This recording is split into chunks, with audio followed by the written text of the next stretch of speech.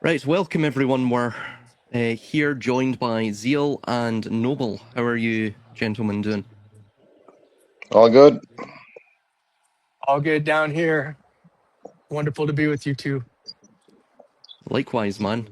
So today we're going to be discussing the idea of molybdenum, which, from what I've read, and Noble was quite generous in providing me a discussion that he had with an individual called Steffer, and he has quite a great bit of insight into this. And ultimately, from what I could read regarding it, it effectively is a sort of evolved, a material evolution from graphene oxide, from what I'm reading. And ultimately, what it does is it's this sort of incremental replacement of silicon. And from what I could research regarding it, it is to ensure the mitigation of what's called electron tunneling at sub 2 nanometer circuitries. So it's basically a very significant development in the long march towards biodigital convergence, because it ensures, unlike silicon, that one can reduce in size that of the sort of behemoths data centers, and also expand data capture potential by potentially in the future saturating the entire landscape with this material.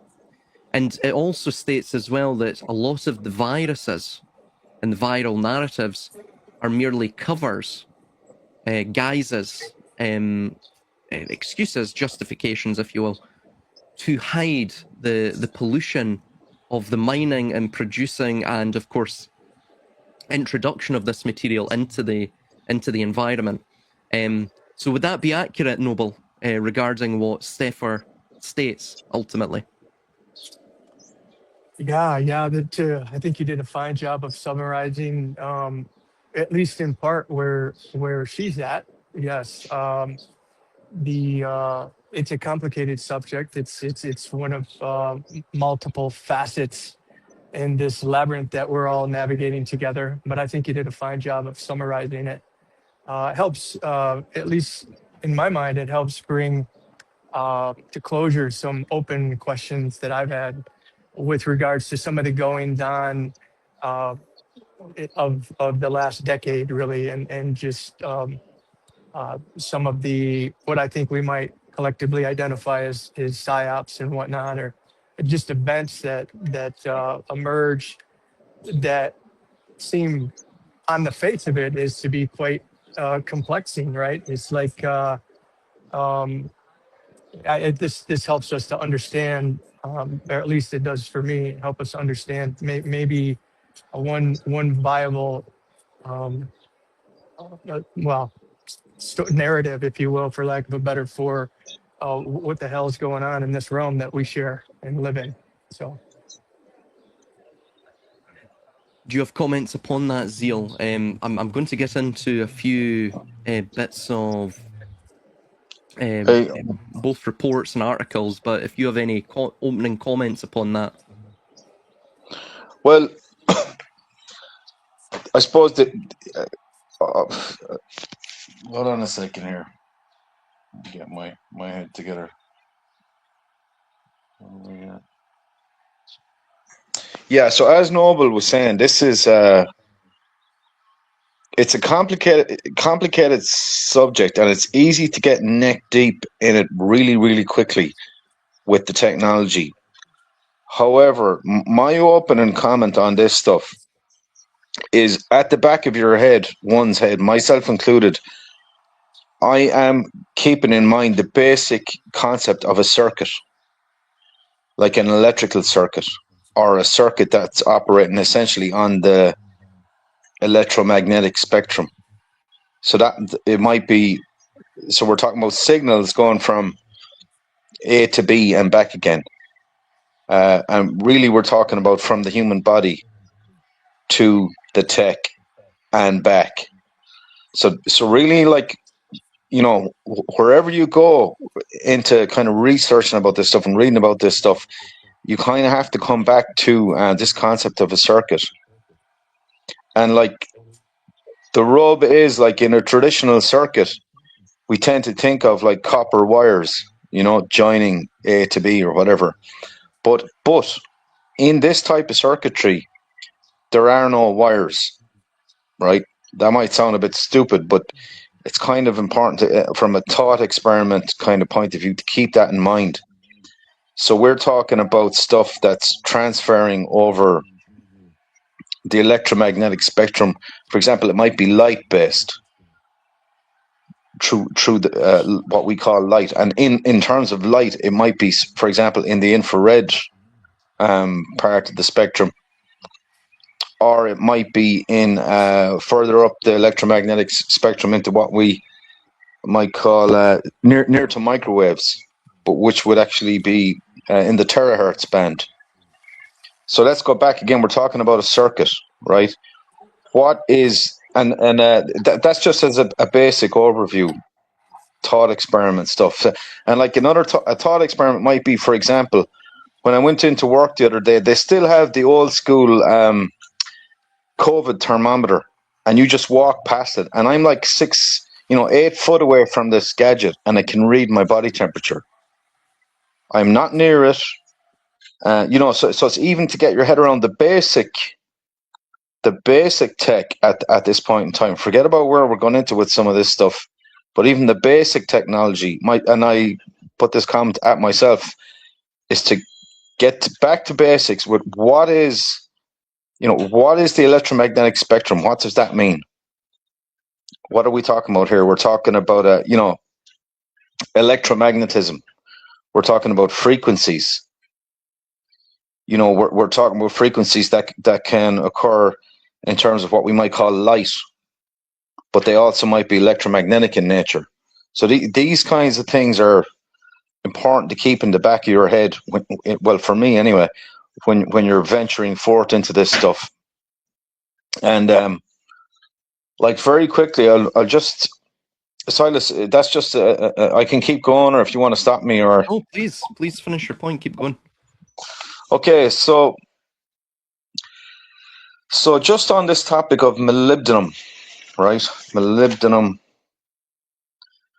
disulfide. Am I right? MOS2. Am I right with the molybdenum disulfide? Yes. Okay, I'm not sure am I wrong or are you right? Is it molybdenum or molybdenum? Which is it? I'm not sure. Maybe it is molybdenum. Yeah. Well, whichever one it is, it's MO anyway, is the chemical. That's the chemical signature. You're right there. Yeah. Exactly, on the periodic table. So, like a lot of this stuff for me anyway, I haven't, like, the last time I came across even the basics on this stuff was high school, which is a long time ago. Physics and chemistry and just very basic kind of elementary stuff. So it's one angle, or maybe the angle, or one angle anyway, on this biodigital thing is that the human body it issues out photonic light, photons, right? And it issues these kind of signals on the electromagnetic spectrum, as far as I know, as part of its natural, cellular and DNA and protein goings on a daily basis. All of these things have a sort of electromagnetic signature. Anything that happens in a cell, for example, or even within your DNA, we're hearing theories that this stuff is,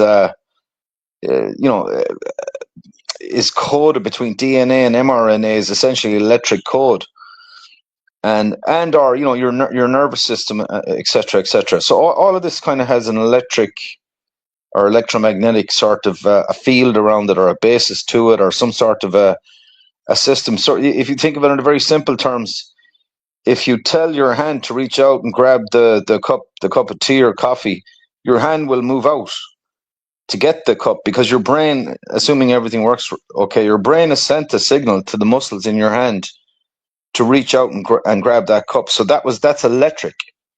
It's through the nervous system. There's an electric impulse. So that's send. You sent a signal from your brain to your hand and your arm to move out and grab the cup. At the same time, if the cup is too hot, your fingertips might feel heat, or you might get burned. And in that sense, it's a receive. There's a receive function as well. in this nervous system. So it's send and receive. So when I was looking into this kind of stuff, I came up with this this concept of a photomultiplier. Now, a photomultiplier is that which is capable of reading these photonic electric signals that may issue, we'll say, for example, from the human body. So it's called a photomultiplier. So that very basically means in the term, it's reading this photonic light and it's multiplying, it's amplifying it. Now, why does it have to amplify it? Because these photonic signatures and emissions that are coming from the body and are involved in the body are what they call ultra weak. They're ultra weak. They're very, very, very sort of low energy signals that are very, very difficult to detect. You can't see them. It's very difficult to even to measure them, but they are present. So what's at the center of all this biodigital thing is the interface with these ultra weak signals. And that's where we get into the kind of more boggy stuff, right? We can get very quickly. But there's various types of these photomultipliers, right? Now, what I asked our good friend, Mr. AI, right, to do me a list, which I have in front of me here, of photomultipliers. But I thought to ask it at the nanoscale. And when I say nanoscale, I'm talking about in and around, the atomic scale, which is, a millionth the width of a human hair is what we're talking about, right? So it spat out a list for me of nanoscale photomultipliers. And I'll just quickly go through a couple of them. We have silicon photomultipliers. We have avalanche photodiodes, which, I can go into some of these. They use high electric fields to generate current multiplication through avalanche breakdown. Nanoscale engineering improves efficiency and reduces noise. Noise is an issue here in this environment quite a bit. Noise also comes in radio signals. Go ahead. No, absolutely, yeah. No, I was just agreeing with you. Sorry. Yeah.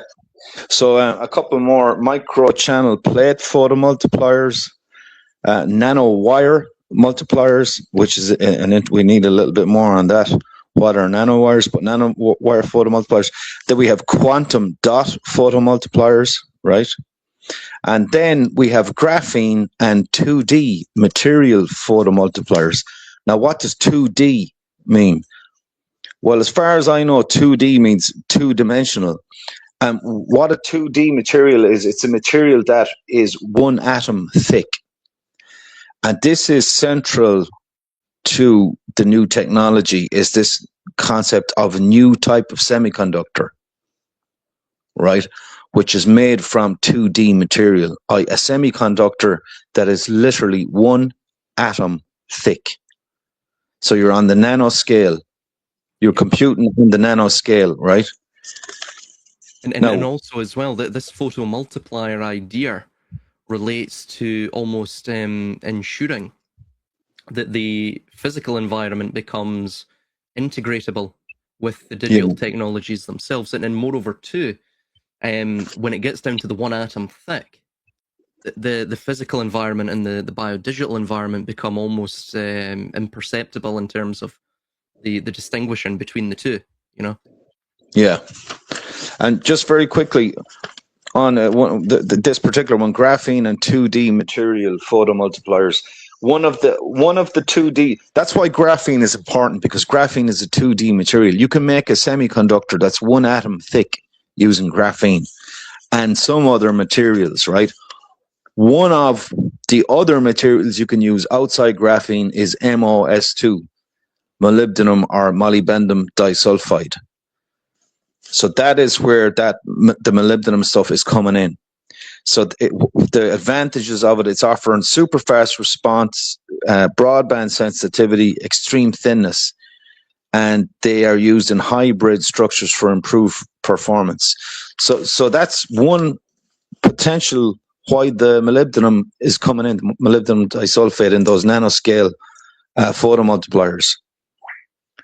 There was something else I just wanted to mention briefly. It'll come to me again. So there's a couple more of them. There's a plasmonic They use a plasmonic photomultiplier, superconducting nanowire detectors, a nano vacuum, and field emission devices. Right. Right. These photomultipliers are, quote, critical for applications in imaging, sensing, quantum communication, and emerging biodigital systems. So, and also as well regarding the what's it called, the Planck-Einstein formula, where it discusses E equals HF, which is energy is proportional to the frequency. With, of course, the H representing Planck's constant. So the idea is that fundamentally, to integrate all of these things, what you have to do is a very, very, atomic or even beyond the cellular, the atomic level, is that you have to ensure that the bioforms in the world, it doesn't just mean humans, it means every single living thing, anything that has an image or a builder, in the German sense from Klagis's work. They must be able to absorb and to have a capacity of emission with these biodigital infrastructures, right, in a wireless sense. So this gets also into spectroscopy and things like that. But ultimately, that's what you're seeing here. It's the multiplier itself is to bring all of this into a sort of to bring all living forms into a quantized state at the atomic level, even, or cellular level, whatever you believe, and then, of course, to make them mergeable with these technologies. Just another one. Like, if you imagine that, for example, the human body is a highly complex field of kind of signals on the electromagnetic spectrum, and including light and photons, etc. And it's incredibly dense and complex, and it's absolutely sort of unapprehendable in a sense. However, the tech, like some of this stuff, right, with these metamaterials, you can basically have a surface that is capable of receiving photonic information, data, right, from the human body. And you can, so if you imagine this surface of this device, if you will, maybe have millions and millions of millions of photonic cells, each one of which is capable of intercepting sort of a given frequency of photonic light that might emit from a biological source. Now, you can tune, because it's a metamaterial, you can actually tune it like you would tune a radio, and you can tune sort of millions of cells on to intercept different frequencies, and you can do this in real time. So every aspect of this device is like highly adapted to intercept, this very dense photonic environment, like emission environment that might come from a biological source like the human body. And each one of those cells on the device can be sensitized. It can be electromagnetically sensitized to resonate and pick up a certain given frequency of, whatever the emission may be. And you may say, well, one might think, well, surely you can't penetrate. You might even get your head around the concept of, right, if the body is emitting an ultra weak signal, then it's possible to intercept it. But, surely you can't get into DNA and things like that. Well, actually you can. And we've seen that, with x-rays and with MRI type imaging, various medical devices, which can get right down inside you and into you and, into your nervous system, etc. So it can be done. And so really where it's and this is just a very basic sort of overview of the kind of tech that we're talking about. But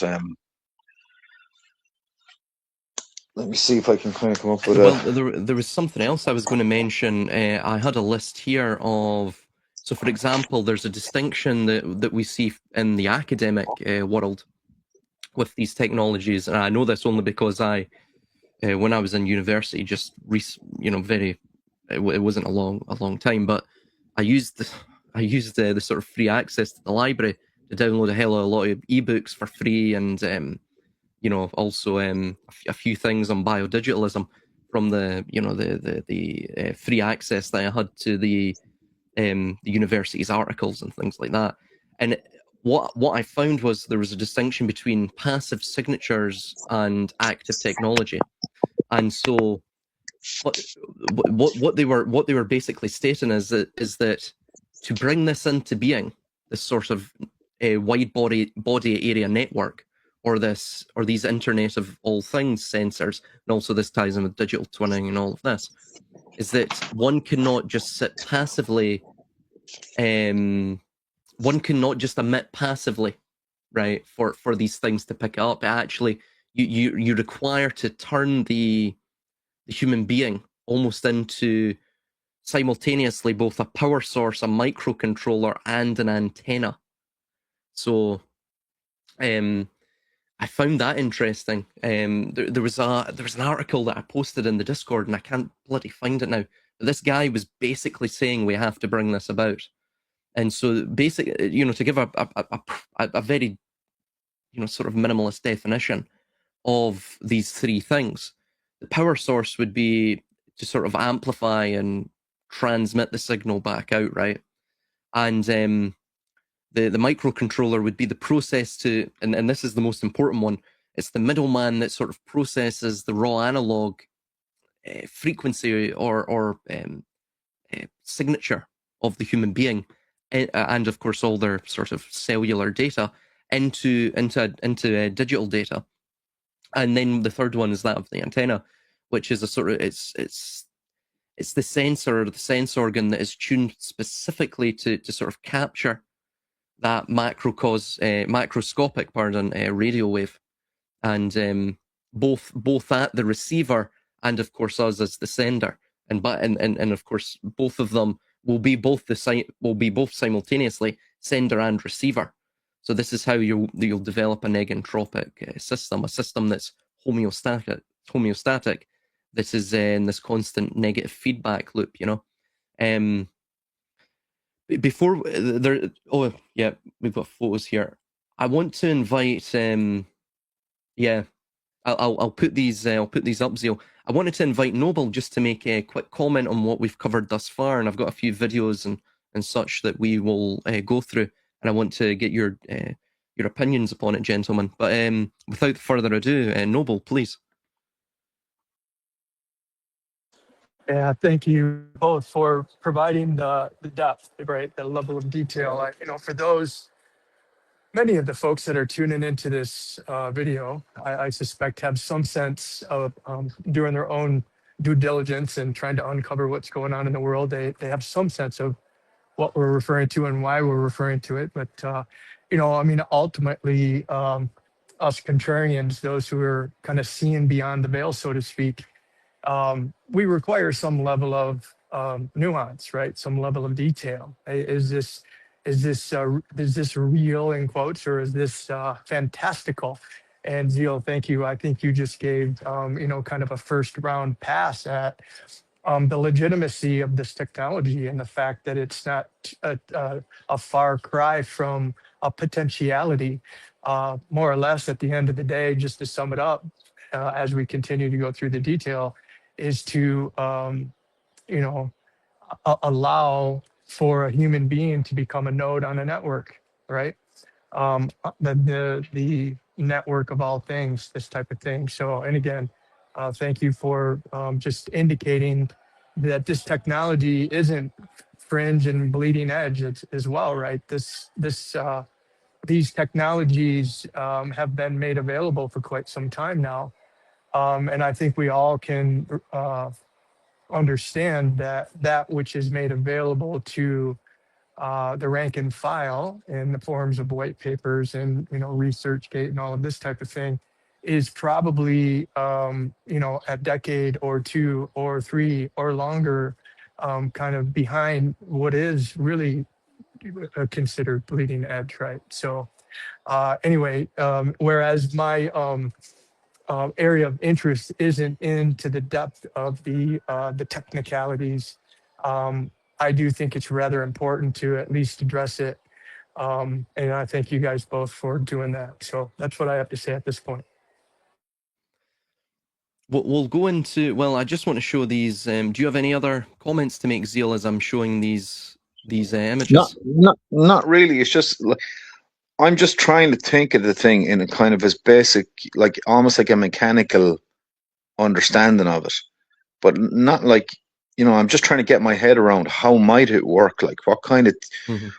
what needs to talk to what, and how would you, like things like noise, for example, are very critical in this discussion because, to get into that environment and decipher and intercept and get the data out of it, like it's, what kind of tech would you need? And it makes sense that you have something that can be tuned, to given frequencies and, on a nano scale, that's really super small scale. And as well, these concepts of circuits, like, we're talking about the, you know, internet of all things, the internet of nano things, and the internet of bio nano things, etc. And that we're basically in a bubble walking through a dense signal environment. Our bodies are, at any given point in time right now. So, and as we walk through that environment, we're displacing the static sort of signal field. We displace that signal field, and that displacement can be measured, and we can be interfaced with, and it can figure out what's like basic stuff like where we are, what our body temperature is, our heart rate, but it can also decipher a lot more nuanced information, including what's happening in the central nervous system at the level of DNA and even in the human brain. So all of this stuff is very novel right now. So I think this is coming back into your story, Silas, about the hantavirus thing, or your interest in this kind of news item. And that's why I think the psychological warfare thing is coming in now, because, and I'll let you take up on this with your own thoughts on this, Silas, but I think that the powers that be are aware that the public are going to become slowly aware of this information, and they need to control how it comes out. So I suspect there's been some sort of a soft leak with regard to molybdenum disulfide or various different 2D materials that are used for these 2D semiconductors into this hantavirus story as a way to waylay and kind of contain it, or even partially hang it out.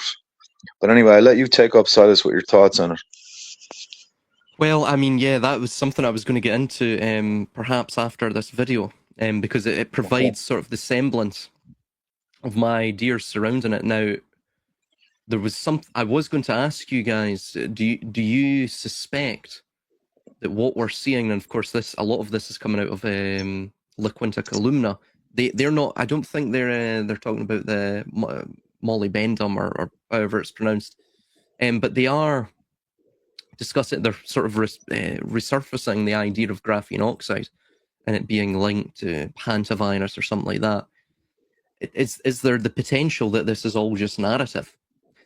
From my point of view, yes, but ultimately it's only to sort of cover up the grander, the sort of grander schemes of this, right? It's to allow it to be digestible, not for predictive programming purposes, but to make it digestible so that I don't see it this way. I don't necessarily see AI or this Internet of all things.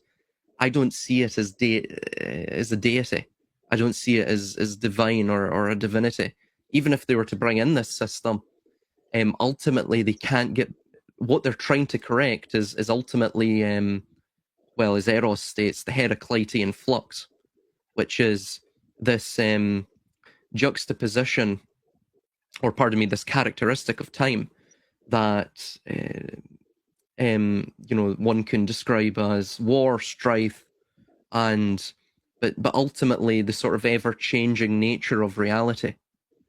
And this is what fundamentally cybernetics and all of this attempts to provide solution for.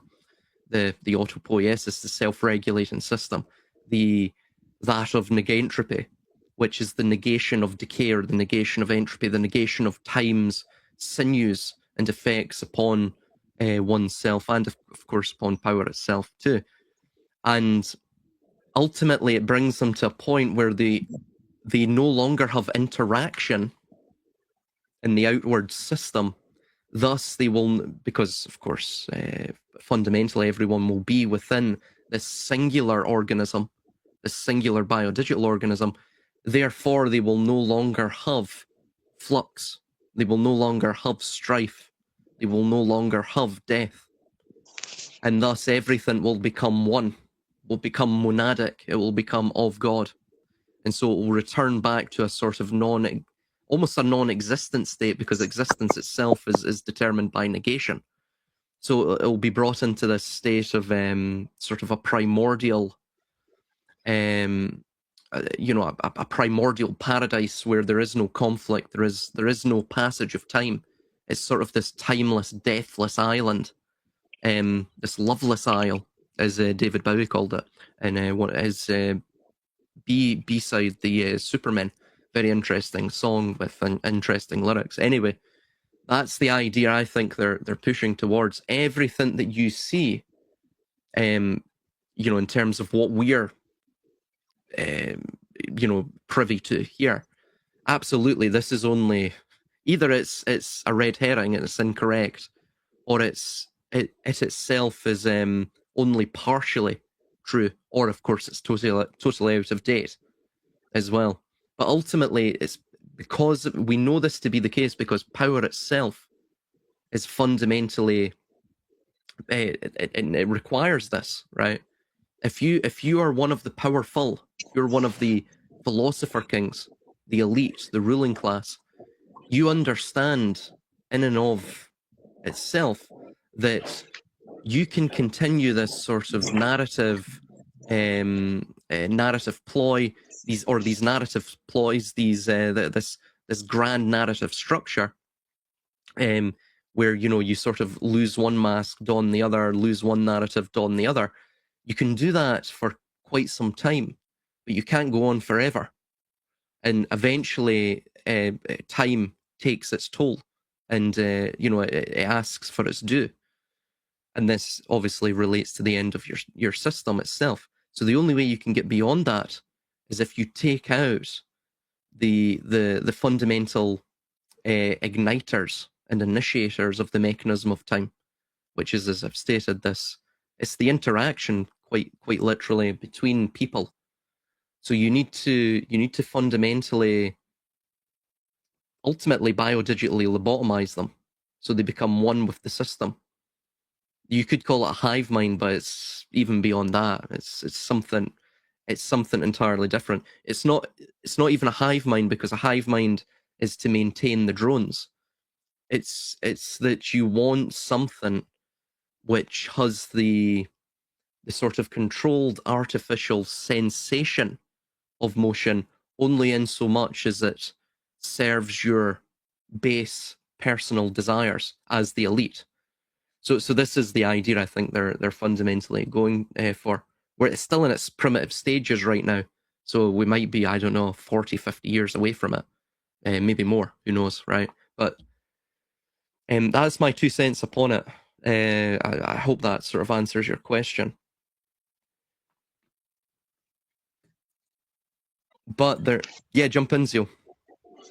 Yeah, just like listen to Sabrina Wallace, and I don't know if Sabrina Wallace is controlled or not, her synergy channel, but she's always stating that this stuff has been fully developed since the 1990s.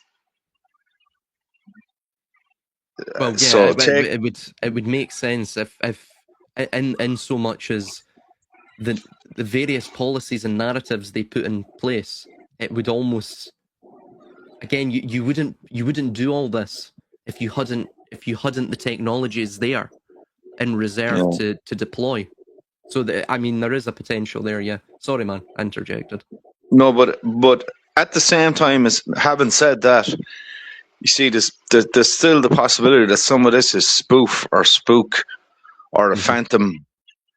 So that's why it's extremely difficult to discern, because like you're trying to speak about like cutting edge science and novel science and stuff that's right on the edge of development, and we're getting information from white papers, and it's like it's difficult, and then you're looking at existing technology like for example in the field of medicine, and you're going, well, if they have that, then what else do they have, and how far, and like once you link those kinds of technologies that can interface with the human body, and you marry that up with machine learning, and you have infinite time in theory to learn, and you can harvest an infinite amount of data, and and crunch the numbers and learn from it, like so you can see where you get this sort of event horizon scenario where eventually you literally create a new system. It kind of has to come into being by virtue of those moments that are meeting on the horizon. Yeah, the self-fulfilling prophecy, it is a hyperstition, absolutely. But you can predict it. You can predict it because you can see the two lines of the angle are going to meet at a point in the future. You can actually see the future coming down the line, and it's this unavoidable juggernaut of infinite data and infinite control. But like, take this with a pinch of salt, because I echo your point, Silas, that some of this could be fiction or a kind of a phantom menace, but some of it could be real, or all of it could be real just as well. And like, that's part of the issue of where we are with this kind of stuff, is that it's very difficult for us to find situational awareness, or for the average person, myself included, to try and get a handle on what is actually going on. Where are they going with some of this stuff? Where are things headed? But as an old friend of mine would say, it would explain a multitude. It would explain a multitude if this is the case, because a lot of stuff seems to slot into position. Then you wonder, well, what are all these psyops for, and what is all this multiplicity in narratives, and where's all this technology going? And and then you start to look into this area, and you go, hang on a minute, this feels like a key to the door, and it feels like a moment of, oh, this makes sense. They know that this system is, that they have this tech, and this stuff is coming in, and they've got that predictive element. They can see where it's going to lead society. But again, like, I take it with a pinch of salt, but I get my moments where I think that this is really the only horse in the race.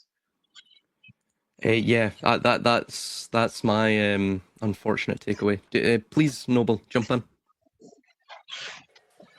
Yes, sir. I'm just going to throw my 2 cents in there, and after kind of years of wading through neck deep on this quagmire of investigation, I think that there's some meat on this bone. Unfortunately, let's go back to late 80s or early to mid 90s, and this concept of chipping humans started to reach at least my awareness at the time. We're harkening back 30 years ago, right? And of course, everyone was going to be chipped, and that'll be the mark of the beast, and you'll scan your wrist or some part of your body or your retina, and that would deduct funds from your account, et cetera, this type of thing. Well, okay, we know contemporarily there's an organization right now that are doing a lot of neuro networking and all of this type of thing, and under the auspice that they're going to help people walk or see or hear, on these medical advances and whatnot. And of course, anybody who was around 30 years ago is maybe pointing to this neural link, for example, and saying, hey, see, indeed, yeah, that's smoke and mirrors. They're just, they're going to help some people, but they're also going to they're going to chip us all. Well, what's kind of missed, I think, by many is the fact that 95% of humanity right now is chipped, right?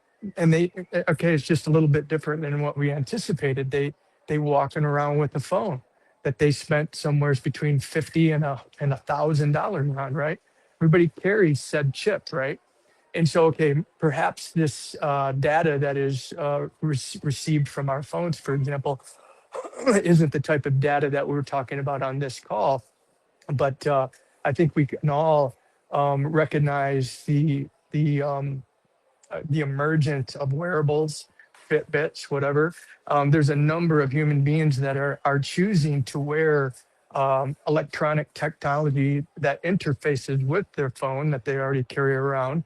Um, Glasses. So there's a number of external devices that are coming into real critical mass or around the world. If they're not there yet, they will be shortly. So even if we were to suggest that, okay, this technology hasn't reached the stage where it can um, really be deployable at this point, um, I think that might obscure the fact that that investigation itself might obscure one from recognizing that, wait a second, there's a lot of technology that's already in play and at scale, right?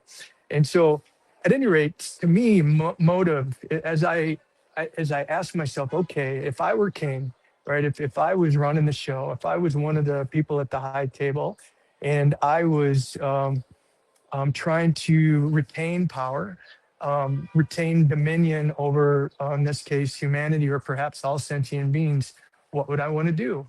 Well, I would want to maintain some levels of control. And well, how does one do that? Well, like if you watch the show Yellowstone with what's his name, Kevin Costner, and you start Mm-hmm. thinking about things from his perspective, and his perspective is he was a rancher and he had thousands of cattle. Well, he put a physical fence around his ranch so that he could maintain control over those cattle, and then he also branded them so he could differentiate between those cattle and other cattle, right? And so I think it stands to reason that the motive of those in power would want to harness us, so to speak, and also restrict our movements, perhaps, or at least know where we're moving to. So when it's time to pull us back into the fray, they can do so. So, at any rate, I think motives there. I think that even if the this technology that to which we're referring to isn't quite to critical mass or scale yet, there's other technologies that are in play right now that are bidirectionally sending and receiving data. And then now I think we can probably, with the three of us at least, with confidence, suggest that they're breaking the skin, right? They're going beyond the external and going internal, because that's where the real gems are, right? So anyway. Absolutely. I was going to play this video. It's around about 8 minutes long, but I'll only play maybe 4 or 5 minutes of it. And then I want to get your take upon this. I mean, ultimately, everything that we're seeing, like what you're saying, Noble, is that, well, firstly, as Zeal also stated, you can take these two lines and you can see that fundamentally they're not parallel. They're going to converge at some point in time. And this is, of course, the description of power itself and what power requires. And those two lines are effectively, power requires to know of that which it seeks to gain dominion over, at least consciously speaking, right? And of course, that develops into the physical control. The only way to do that is to have legibility. So as power seeks to sort of traverse itself through time and history, it develops these technologies with the singular focus of increasing the legibility of those that they control. So as you're saying, Noble, the phone itself, yes, is a very good tool for this legibility, right? Meaning that we become readable and predictable to the system itself. However, it's not quite under the skin yet. It hasn't become a totalizing force that is inescapable. It can still be escaped. But you'll notice every technology is getting closer and closer and closer to our minds. Virtual reality, of course, and virtual reality goggles and all of this is probably the next phase in this, and you see it's getting closer and closer to the mind, to being under the skin, to being a subdermal technological implant. And so what this will eventually lead to, I think, is they will try to geo-engineer human beings to have this biodigital quality to them, even before birth itself, right? So that they will be born in a very controlled manner, and this is what we read as well from the science fiction writers who were basically just socially priming the public for this. Of course, they were similar to the dialogue writers of the Renaissance and ancient time. So this is leading us to what they perceive as a utopia, which isn't a good place. It's a place of nothingness. This is the idea. They want nothingness because they want nothing interacting, because if nothing interacts, if nothing sort of it poses any sort of friction with another thing, you don't get any flame, you get no spark, you get no... everything is basically neutered. You neuter existence itself, right? And I'll just play this video, and I want to get your takes upon it. I have bad news and I have worse news. The bad news is that we're heading for techno-feudalism. The worst news is that this outcome is all but guaranteed in a pattern that you could call overdetermined or inevitable. Yuval Noah Harari has popularized the term useless class, but if you're not familiar, I'll catch you up. The idea is that AI is obviously about to outstrip the intelligence of most humans and then all humans, which means if your livelihood, contribution, or differentiating factor is your intelligence, then you're about to be economically useless, forever, the end. In online circles and social media, the term is a bit darker and more realistic.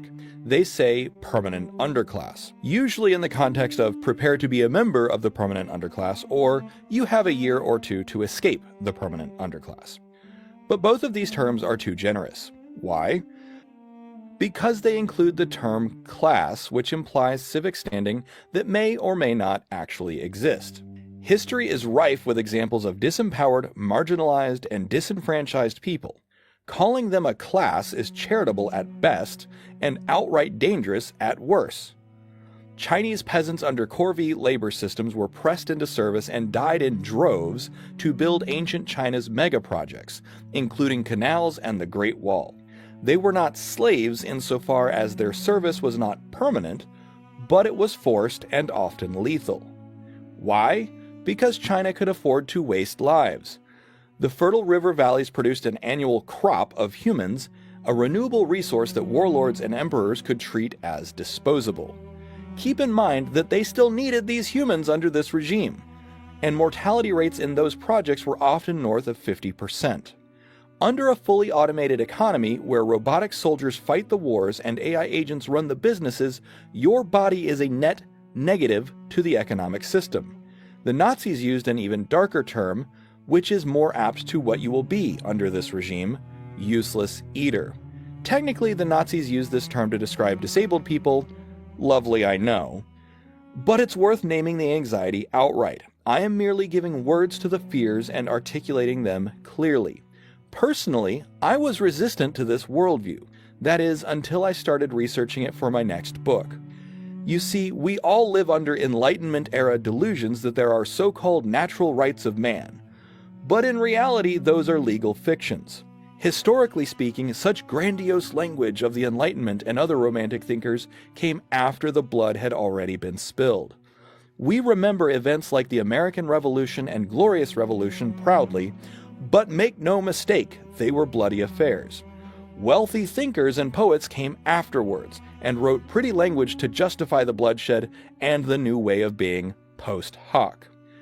That's why my next book centers on what I call a realist theory of rights. All human rights, all human dignity have been secured through coercive force. Sometimes that means strikes and revolts. In other cases, it requires mass withdrawal. Sure, there are plenty of arguments to be made that we are all endowed with some divine rights by the Creator, but those rhetorical flourishes mostly serve as shelling points, which are ideals to rally around, but there is no substitute for coercive extraction of concessions. Rather than borrow the Nazi terminology, I have my own term for how most humans will be treated under a fully automated regime: redundant biomass. Let me say that again. You will be redundant biomass. The darkest possibility that some people outline is a self-sealed system where the owners of capital, the elites, simply ignore us. They secure every step of production from mines and farms to luxury goods with AI and robotic security, then monitor the rest of us with automated surveillance and simply wall us off. I would have once scoffed at such ideas. Too conspiratorial. Such outcomes were basically impossible under democracy, right? Having looked at the historical record, I am no longer willing to bank on the goodwill of power. When the British Empire let millions of Bengalis starve simply because they wanted the food for other purposes and wrote off the loss of labor as a temporary labor shortage, that was an act by a so-called civilized people. I gave a talk at Duke University last year, and during that talk I warned that human nature is still dangerous. One student disagreed, saying that we've evolved beyond that. Evolution is not that fast. And also, human nature will reassert itself when push comes to shove. Yes, it's true that we Westerners generally live in a very stable, safe environment. Many have done for generations, so it's easy to forget how humans can actually be. When I said that the outcome was all but assured, I used the word overdetermined. And here's what that means. There are many forces at play, powerful trends that all pull us in the same direction.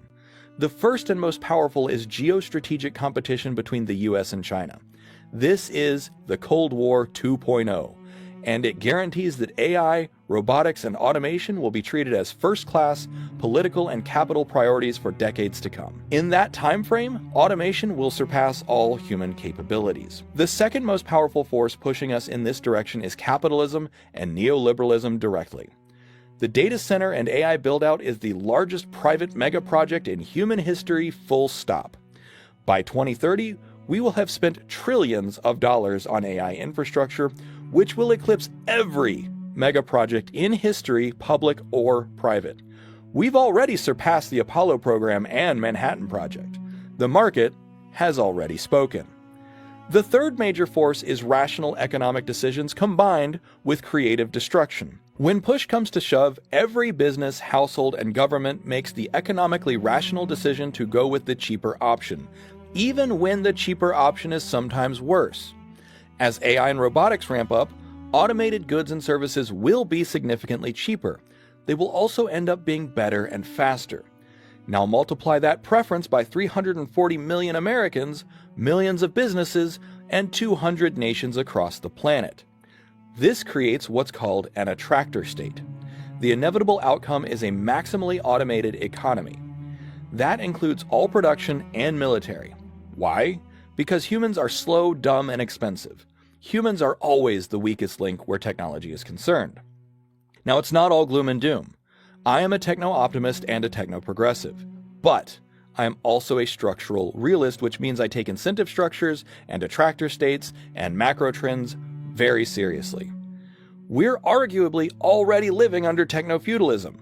I had my YouTube channel demonetized because my feudal lord Google decided I had violated some arbitrary policy.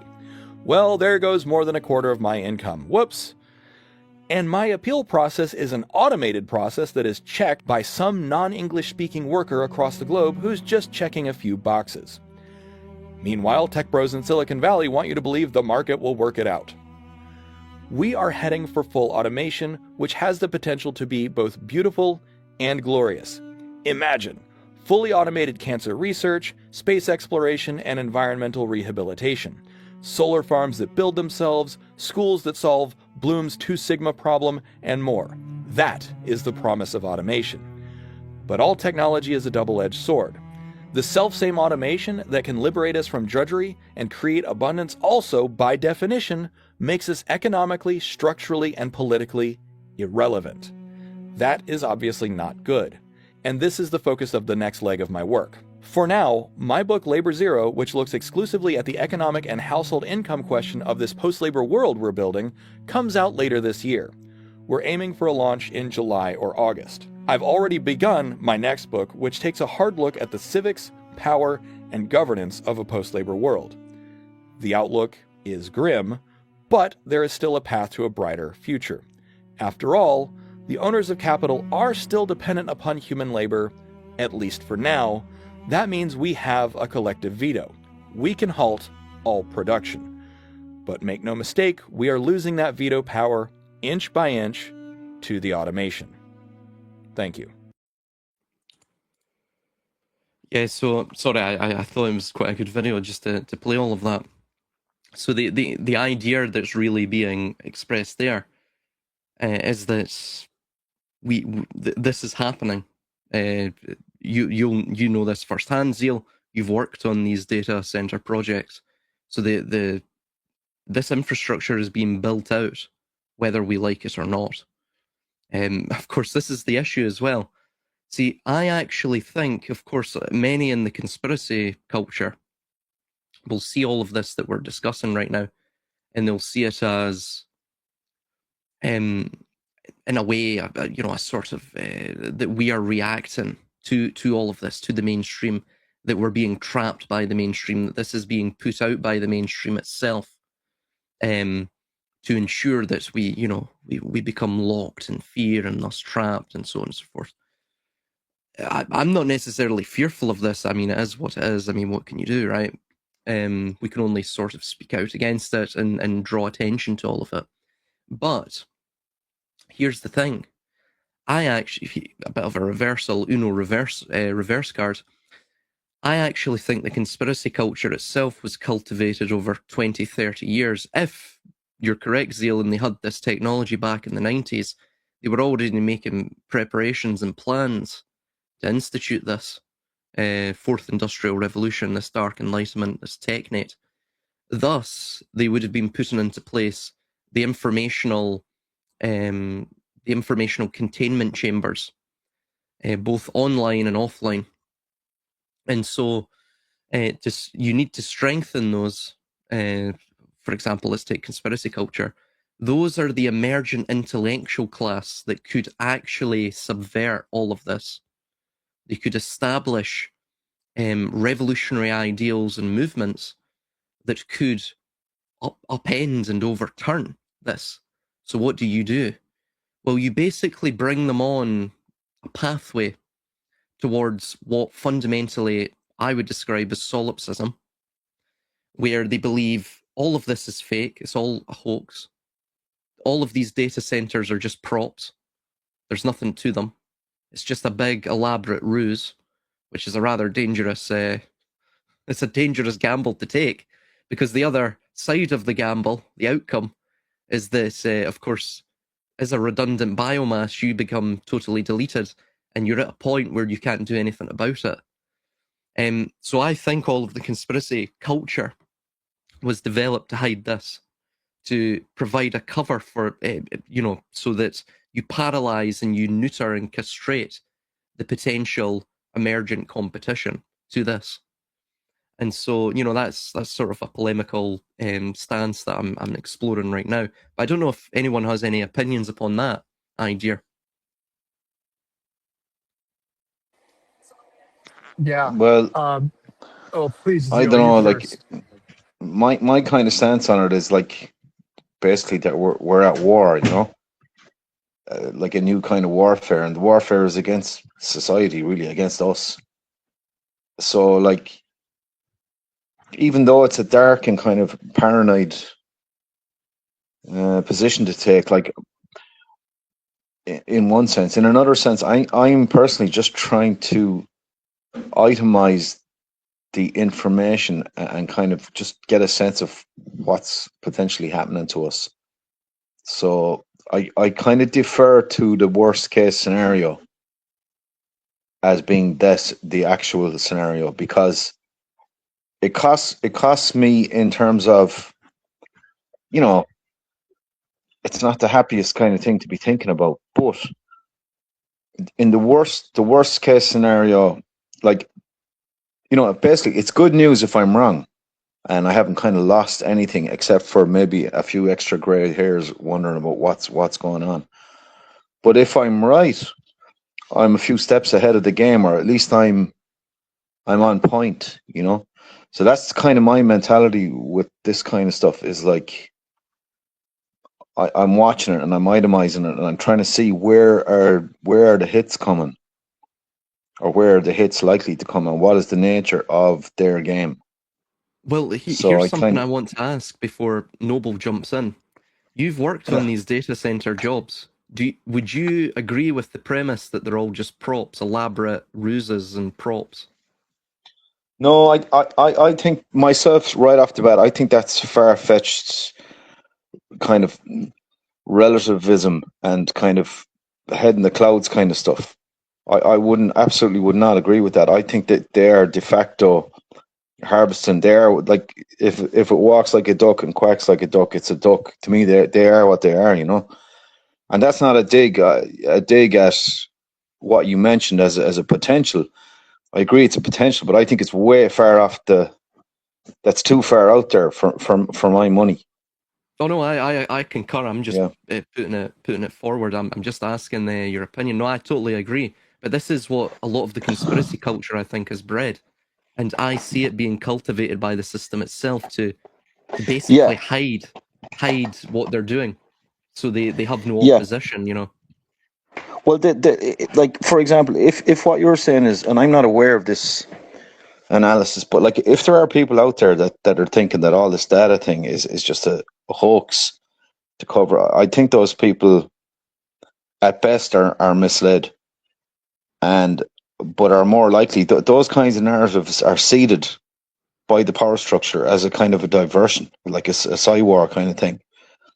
And it's like this thing with this hantavirus chip and its connection with this molybdenum disulfide kind of this story, like where has this come from? Like I'm curious to know that where has this concept come from, or is this, you know, is this something that has been leaked out into the so-called truth community? Because if it has, it doesn't surprise me, because I would suggest that it's another attempt to obfuscate and Yeah, mislead. I totally agree. And this is what you're just recently, before you jump in, Noble. Sorry, man.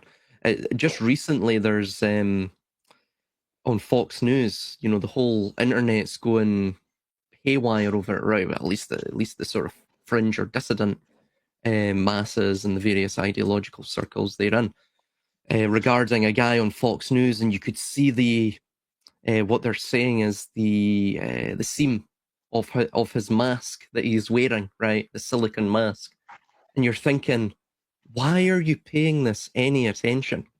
Everything that's coming down the pipe, why are you paying this any attention? And moreover, as well, all of this is actually a sort of simplified belief structure.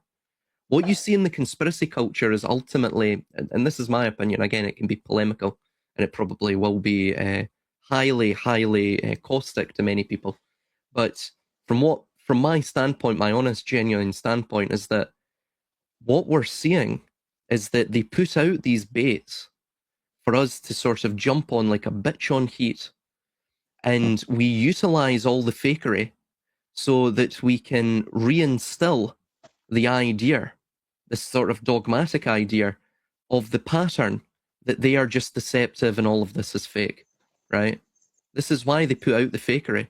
And moreover, so it gives us the illusion, right, that fundamentally there is no, it's a toothless tiger. There's nothing to it. It's a paper tiger. But because that's what they want you that's the semblance they want to provide you, the sentiment they want to provide you, the perspective. Because if they're up to no good, if they're about to unleash a technology that is so utterly existence shattering, then, and of course it makes us overnight redundant biomass, then of course they're going to want to keep this close to their chest, and they're going to want you to believe that you are powerful where you're powerless. They're going to want you to believe that everything they do is just fake, and we're just trying to scare you to keep you in line, and there's nothing more to it, and so on and so forth. Because if people believe that the system is just fake and it's just an omnipotent wizard or illusionist within a theater play, then then the idea is implicitly that is that none of this has any real consequence. It has no physical bearing. There's no physical manifestation of it. It's basically a spectral apparition, and you don't need to pay it any heed. And moreover, as well, the idea is within this conspiracy culture is that, well, we're trying to do away with fear because fear is the mind killer. No, apathy is the mind killer. Sorry, Frank Herbert got it wrong. Apathy is the mind killer. Fear is a survival mechanism, right? I'm not saying become fearful to the point where you become cognitively exhausted, which is, albeit, what we're probably seeing with the conspiracy culture. But we need to have fear. It's certain things, right? Fear isn't a dirty word. It's threat detection. It's like what you're saying, Zeal. What's the worst case scenario? You know, you've got to look at all this. You've got to be rooted in the physical world because this is where the system exists. It doesn't exist on the screen. It doesn't exist in the forums. It doesn't exist on the various conspiratorial channels. It exists in the here and now. We know this because it controls us. Don't pay your tax. Don't pay your tax for a couple of years. See how long it takes them for the bailiffs or what have you, or the sheriff, to break down your door and to crack your skull open with a truncheon. Right? That is the system. That's the system. And what it desires from us is sort of pretense, right? We live as the ID entity, right, rather than the real physical being. And this is the real issue with this thing, is it's almost taking your living soul and it's trying to sort of merge with that directly and to digitize it. And it's like very, very disgusting on that, I guess you could call it psycho-spiritual level. But ultimately with the conspiracy culture, just final point, is fundamentally it's not us that are in fear. I'm not fearful of anything. I mean, it is what it is. This is just, I mean, it's, if you look at power long enough and how power functions, you realize this is the sort of end goal of power and how it has emerged from the human condition. They are the ones that are in fear, right? They don't want to look at these things, so it's all props, it's all theater. It doesn't have any real consequence. And that's the danger I see with conspiracy culture. I don't think this stuff is necessarily fake. Maybe there's a few spoof things here and there to sort of throw us off the trail. But I actually think the psyop is conspiracy culture itself and what it's sort of morphed into. And this total disregard, this inability to face the uncomfortable and inconvenient truth, which is ironic, you know? But that's my 2 cents. I don't know. Do you want to jump in, Noble? Sorry, I took a bit of a rant there. No, absolutely. Before I press on, quick Wi-Fi check. How am I coming through? Are you hearing me okay? Yeah, spot on, man. Beautiful. Beautiful. Well, for those of you who haven't had the opportunity to review Silas's most recent works, really over the last couple of months, but one comes to mind, the weaponization of disbelief. I think it's brilliant, frankly. And he just recently, just a couple of minutes ago, started speaking to this very thing. Ultimately to hobble us, right? To take us off the chessboard, right? If we believe that everything is a ruse or fake or toothless in nature, then we're just going to continue to keep our head in the sand or stay disengaged and whatnot. So, but when you marry that up with the idea that we were speaking to at the onset of this show, the nature of these various viruses or outbreaks, in quotes, as being covered to something, right? I just ask us to consider, to cover for what? What is the reason to engage in psychological warfare? Why do they wish to take us off the chessboard, right? And particularly those that would be predisposed to question authority and question the narrative, this type of thing. And so, I would like to suggest that the ultimately, as they pepper us with fakery, with hoaxery, with crisis actors, with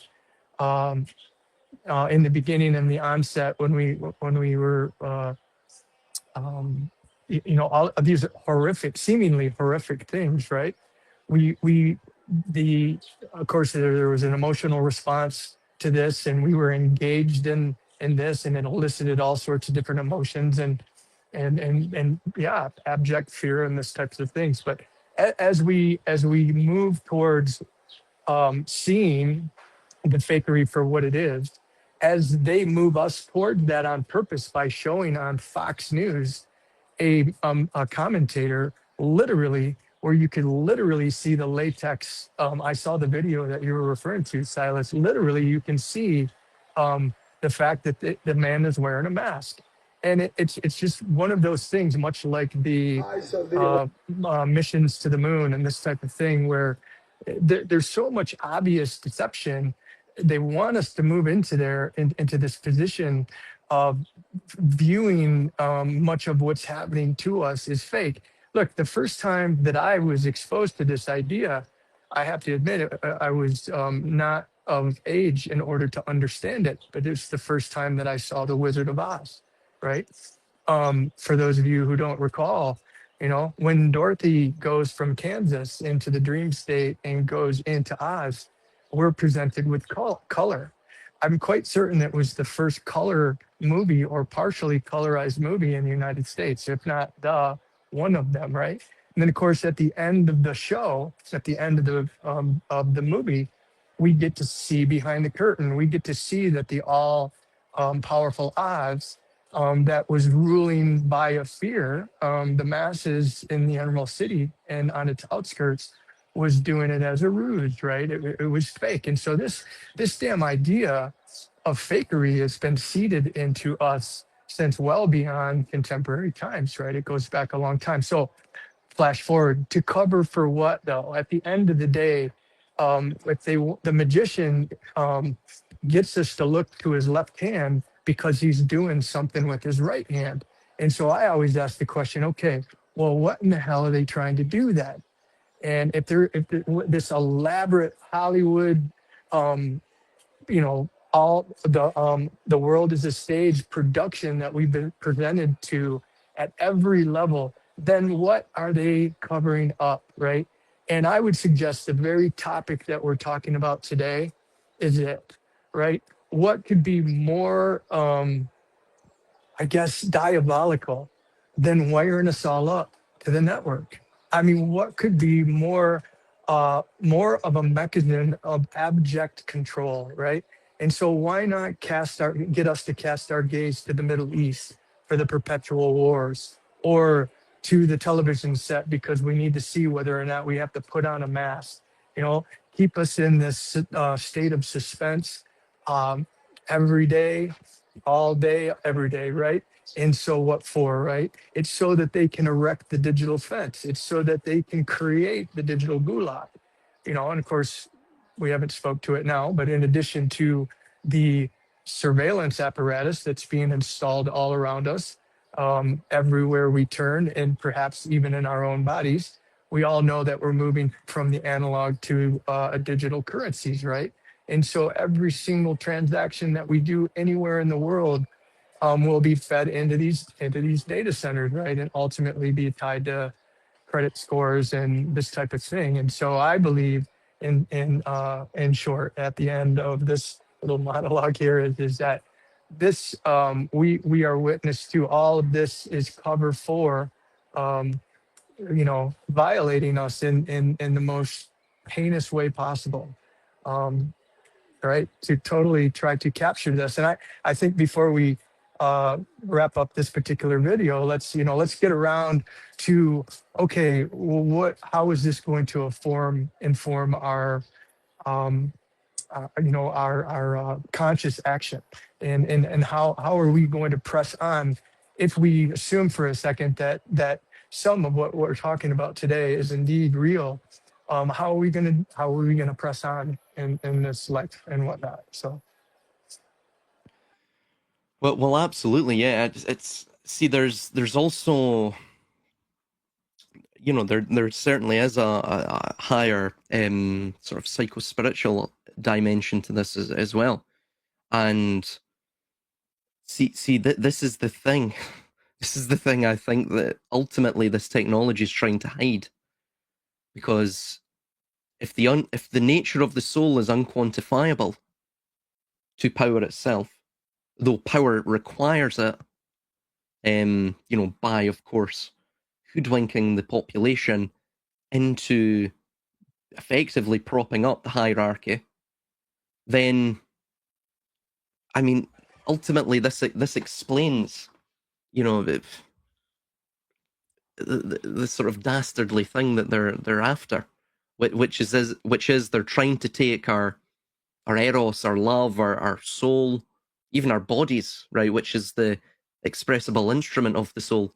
They're trying to take all that and they're trying to, tune it, if you will, to what ultimately is a sort of planetary machine, right? This completely geistological thing. Oh, we seem to have lost them there.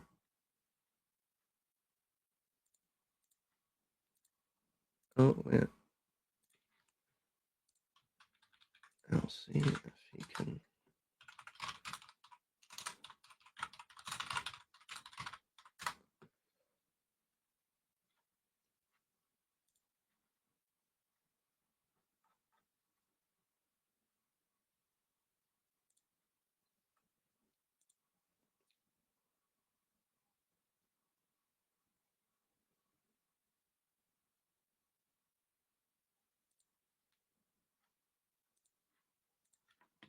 Oh, yeah, he's here. Sorry, Noble, you there, man? You back? Yes. I'm not sure what happened there. Where did you lose me? Or where did I lose you? You lost me pretty much just at the end of what I was saying anyway. So do you have comment upon that idea that basically what they're trying to do is I mean, you even see this, of course, as well with the dumbing down process in the US and all of this. And I think it's a very interesting idea, and it's something I'm also sort of open to right now, which is that, like the Wizard of Oz, Fight Club, I mean, the list is literally endless. Uh, Matrix, of course. I mean, there's tons of them. The Truman Show. All of this is almost programming us into this Gnostic framework. Eyes Wide Shut's another one. So they want us to actually view this through a sort of Gnostic lens.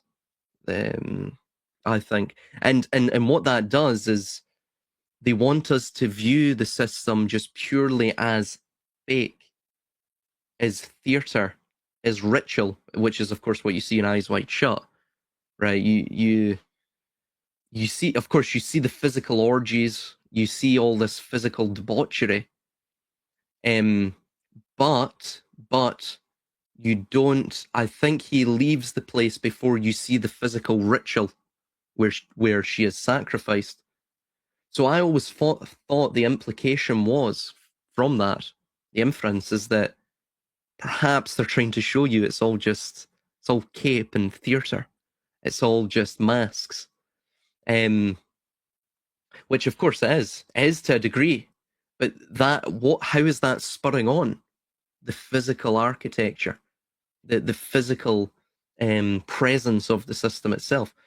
And moreover as well, what you're seeing with these technologies too, it's basically turning the entire flux of our soul, everything from the body, which is the instrument of the soul, that of the sweat, heartbeat, neural firings, biophotons, and it's taking all that, and it's also taking some of the, the more perhaps deeper feelings of the analog, and it's translating it into a sort of rigid binary language, right? That of course the system can read, and of course the system can read through its machines.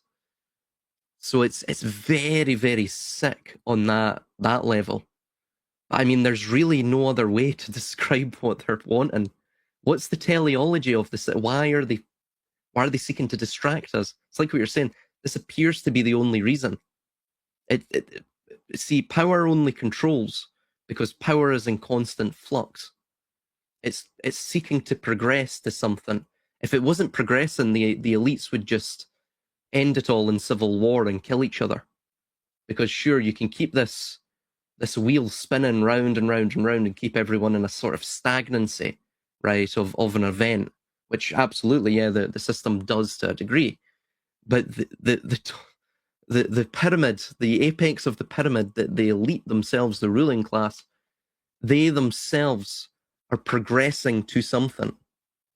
They aren't standing still. That's only for the lower rungs of the pyramid, or the lower rungs of the ladder.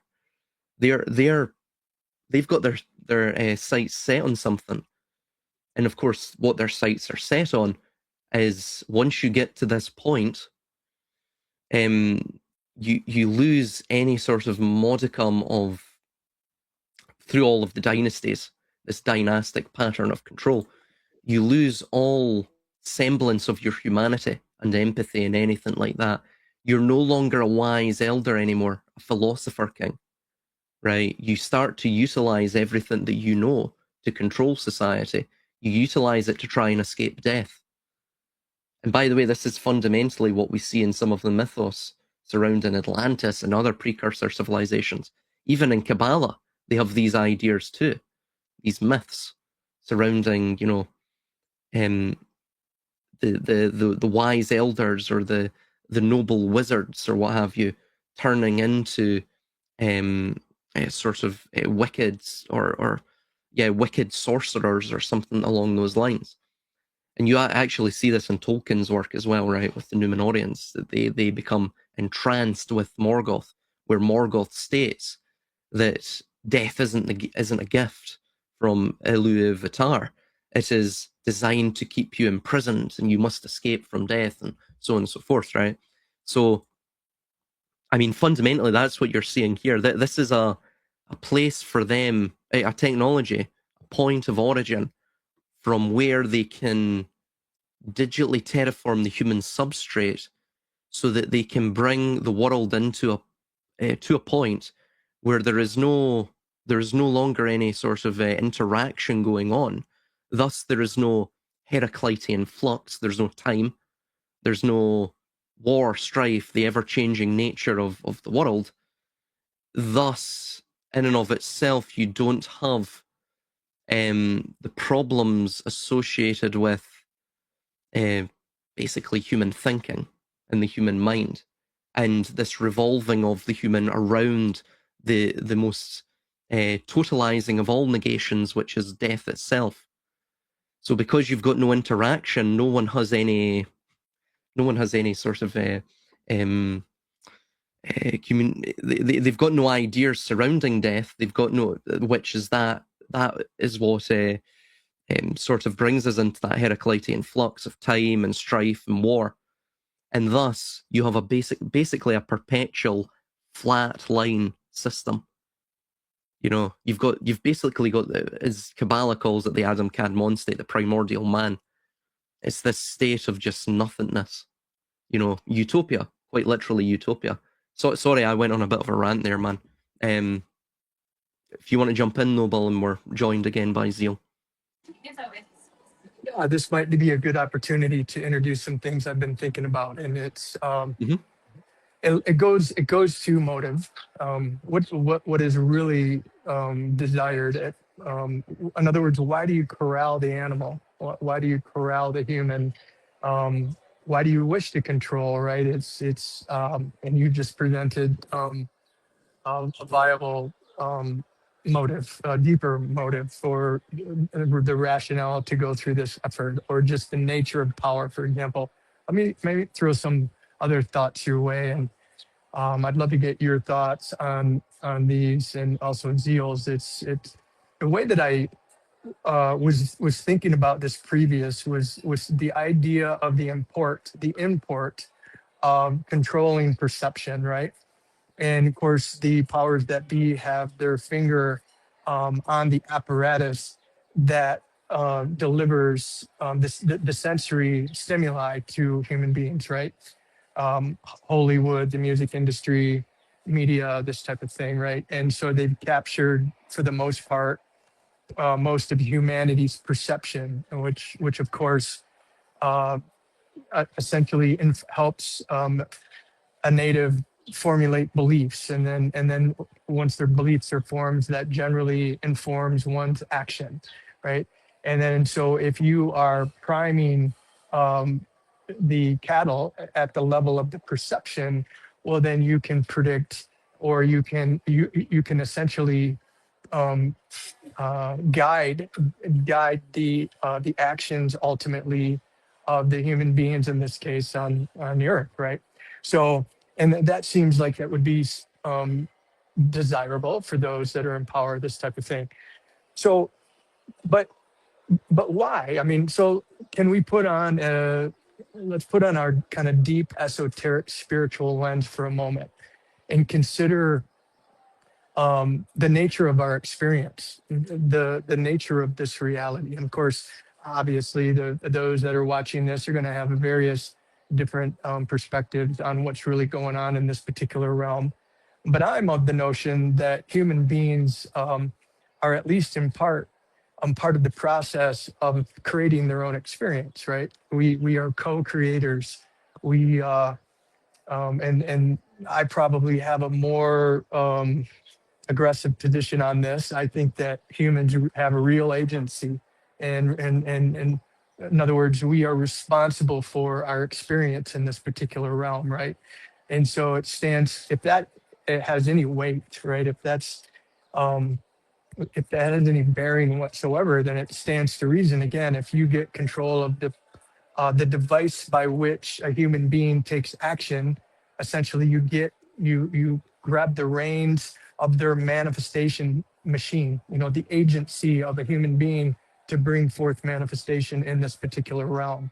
And so, of course, why not do Hollywood movies and the music industry and doing all of this sleight of hand and deception and whatnot? Because they can get us, in quotes, to go and do things that they want us to do, right?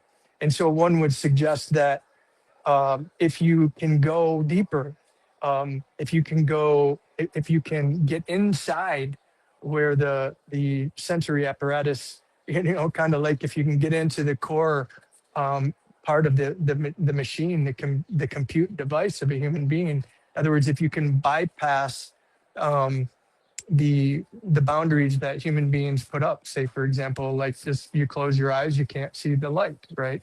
You open your eyes, you can see what's in front of you. Well, when you start talking about some other pretty obscure technologies, I'm sure you guys have studied, like voice to skull, right?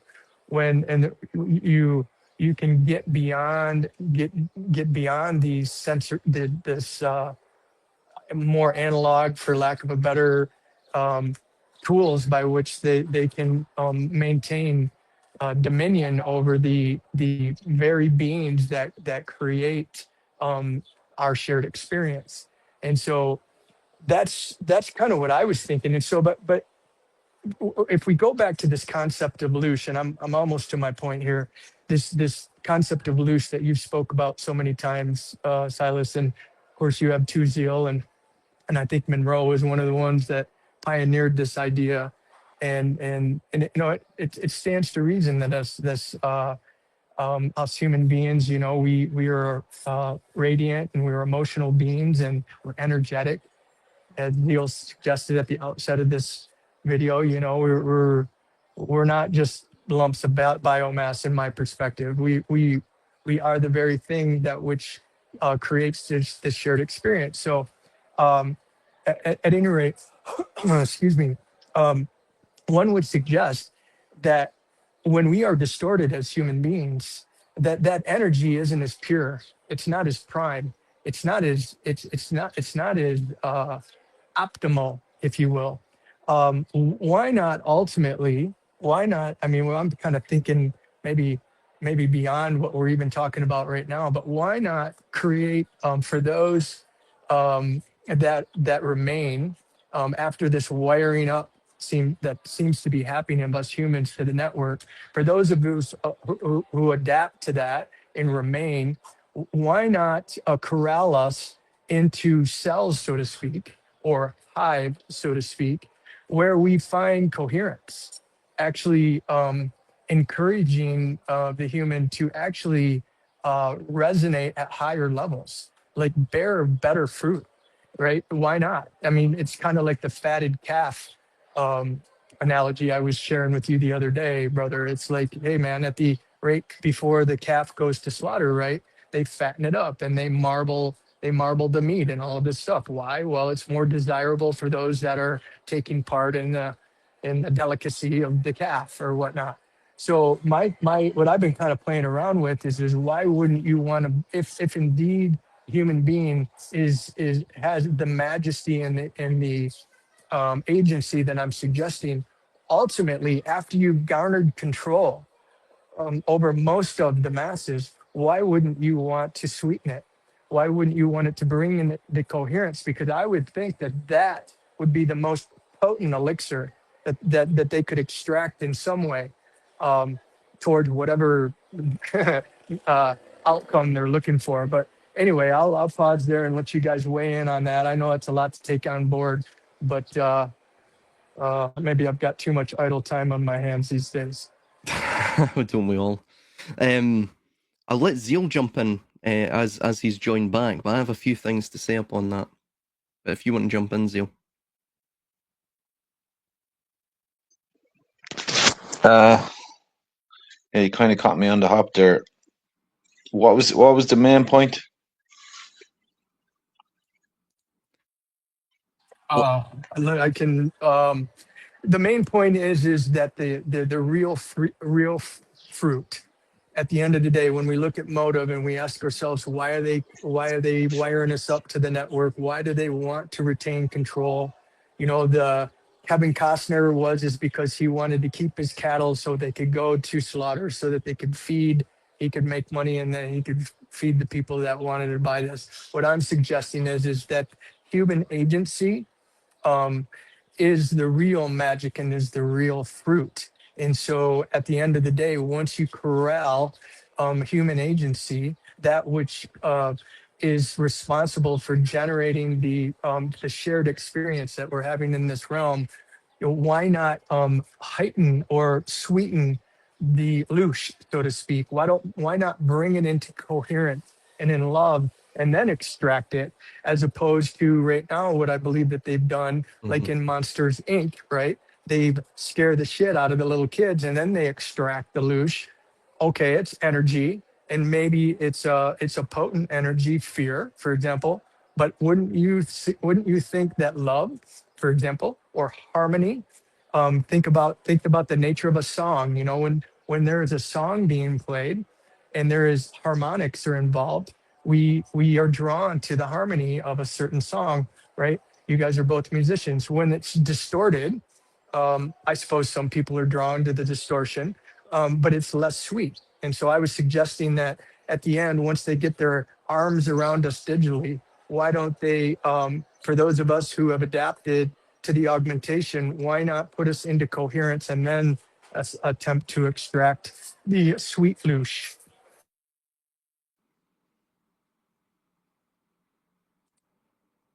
If you want to jump in, Zeal, I have a few opinions to mention upon this. But if you want to jump in first. Yeah, I don't know. It's like as if the whole thing seems to be trauma based. So it's the louche that they're trying to extract, and as Silas has said before, they have this subjective view of morality, and they effectively are insane. So it's like I don't see any love in it really, any the pure spirit or logos or in any of their mo, or it's not in their soul if they have a soul. So like if I take your main point, it's like about harvesting energy from human beings, and from what I can gather anyway, it seems to be taking a very dark kind of a path, but that darkness kind of is subjective. It Like our darkness is their light, it's their Lucifer, the Luciferic kind of thing, instinct of it's the inevitable trajectory of Lucifer is kind of to become cut off. It's just disappear into the self-realization, self-actualization, but it's at the cost of any connectivity So ironically, like in a time where we're talking about connectivity, and we've been at the same time completely cut off. So it's a strange kind of a dichotomy. Anyway, Silas, go ahead. Well, there's something I actually want to mention on this. It's sort of synchronistic, but Eros he's been talking about this guy called Andrew Chumbly, and he is part of something called the Cultus Sabbati. Now, ultimately, it's the same sort of ideas that he expresses that you find within most of the rest of the occult, because, of course, this is exactly what is found within the rest of the occult. But he states this, and I think this is from his Dragon Book of Essex, and he states, quote, "Herein lie the skulls of all mortal gods and goddesses. These serve the faithful as masks for the Sabbat." What he means there, just to reference, is that the mortal gods and goddesses are those of the ruling class.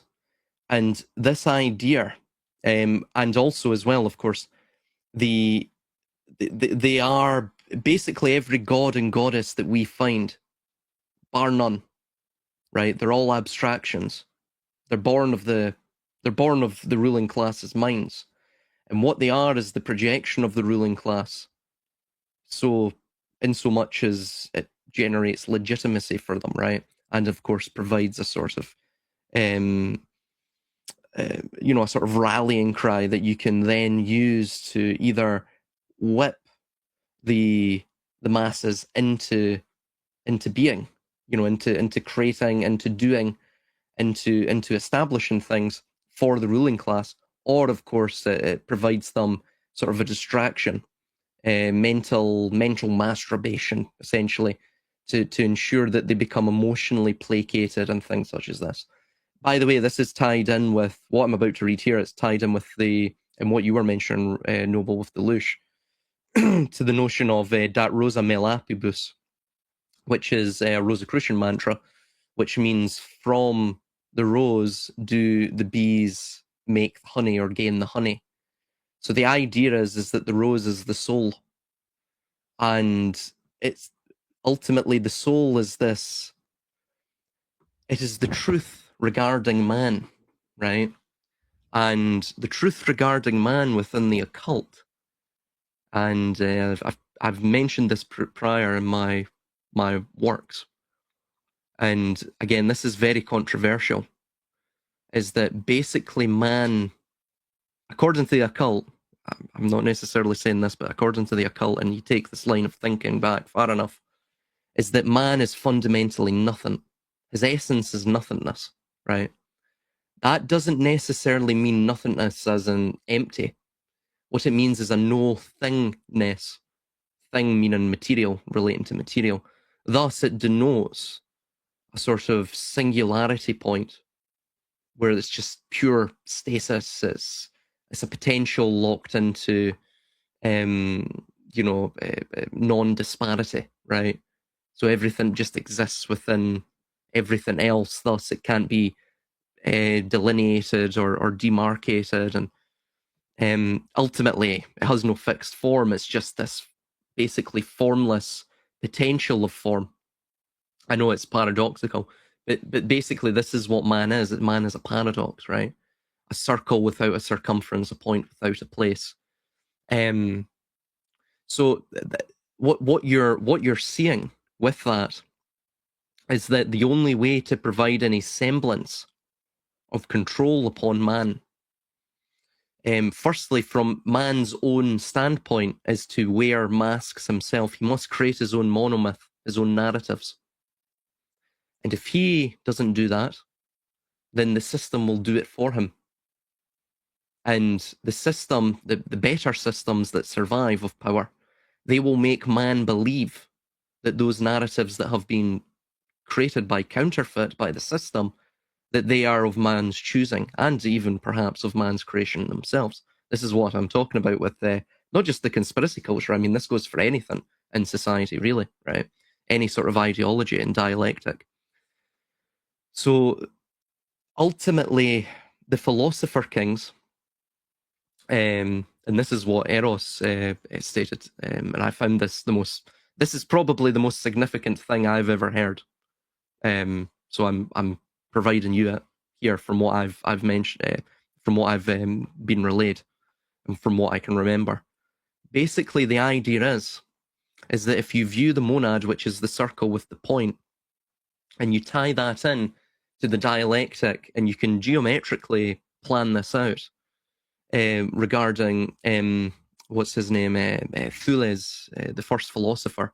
He had an idea. It's called Thules' theorem, and basically you can, using this theorem, you can square the circle geometrically, or near as damn it. But it also shows as well that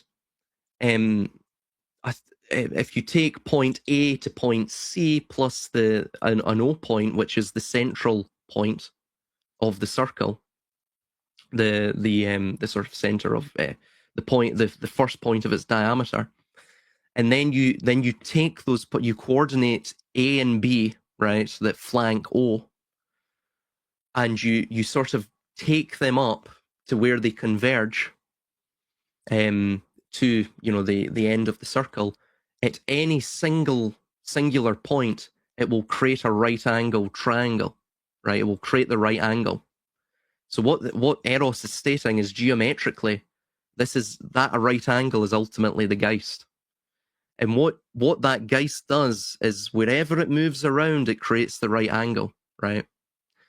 Now, this is how the majority of man lived the majority of his life like this. He would just follow the cycles. Hence, man was nomadic, right? And man was also matriarchal, as Eros states, because the matriarchal idea of it was that again, you were just following the loop, right? You didn't have the sort of patriarchal phallus, if you will, which pierces the point, pierces the circle, the cycle, and introduces, like what the Geist does, this right angle triangle. The Geist is this sort of the active intellect which categorizes and measures everything. This is what produces technology. So I'm getting to the conundrum that we're in. I do apologize about the rant. And so that's what establishes that sort of that disparity of potential, if you will, right? It's what broke human beings from, at least psychologically. It's what broke the entire nomadic lifestyle that they had, and thrust them into civilization, right? This is the logos, or reason. And so the only, again, this is how you maintain the masses themselves, right?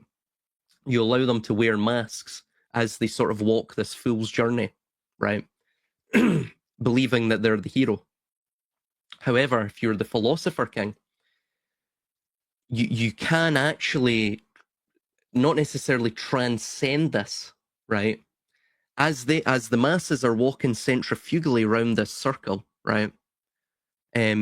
Just completely enamored by the Geist, which is the cold intellect, the categorizing mind, the technological mind, right? The mind that just sees the material, or of course the mind that just sees the abstractions and believes them to be real, right? Be it religion, philosophy, whatever it may be.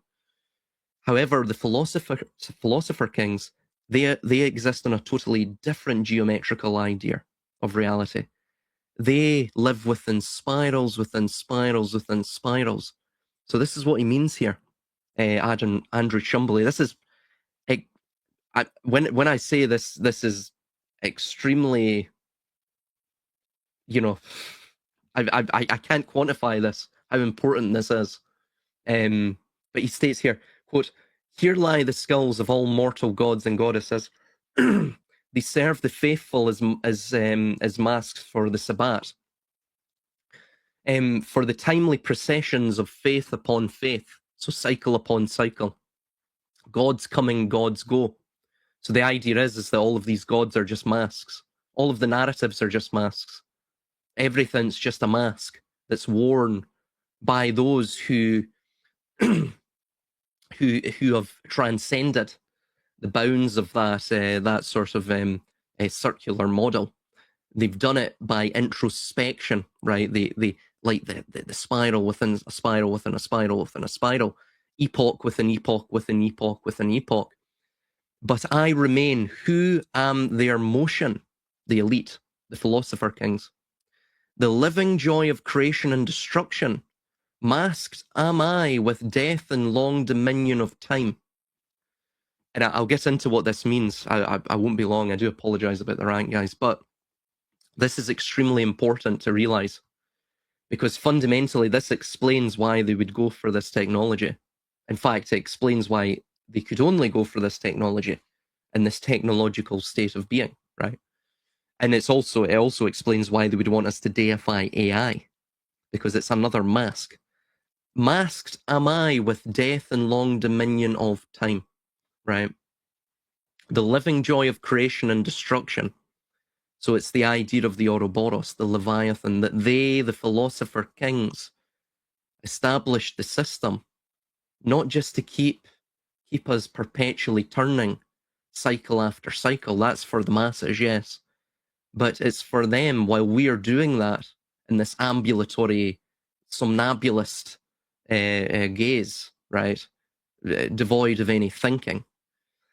It allows them to introspectively, to centripetally try to find a way out of this place, and to also bring everything down to the bio-digital convergence, quite literally, which is the singularity of state, where you don't have this Geist anymore, right? Or you have sort of, you don't even have the dialectic of the trimorph, the body, the mind, the soul. You don't have that. All you have is just them within stasis. So thus they don't interact with one another, because ultimately you live in a totally controlled system. So it is, yes, I mean, there's a part where you're sweetening them, but the only reason you're sweetening them is not because you necessarily want the harvest. You don't want their meat. It's ultimately you, as the elite, you don't want the meat. You want the meat for the frenzy of the Saturnalia. So everything you're seeing, all of the narratives, everything, the polycrisis, as we can call it, right? This permacrisis, this polycrisis, it's designed to bring people into a frenzy,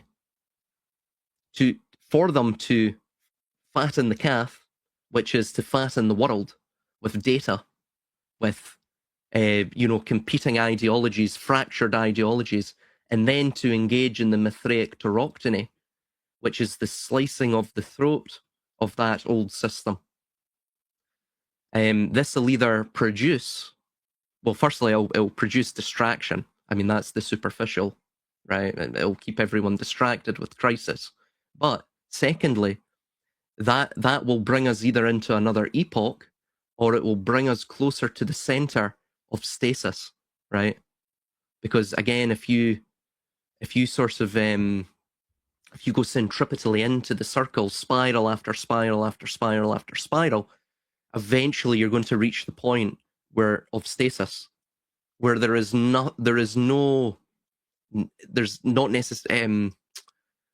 There's no events or narratives that are affecting you, right? And just to mention this really quickly as well, I do apologize for going on a bit here.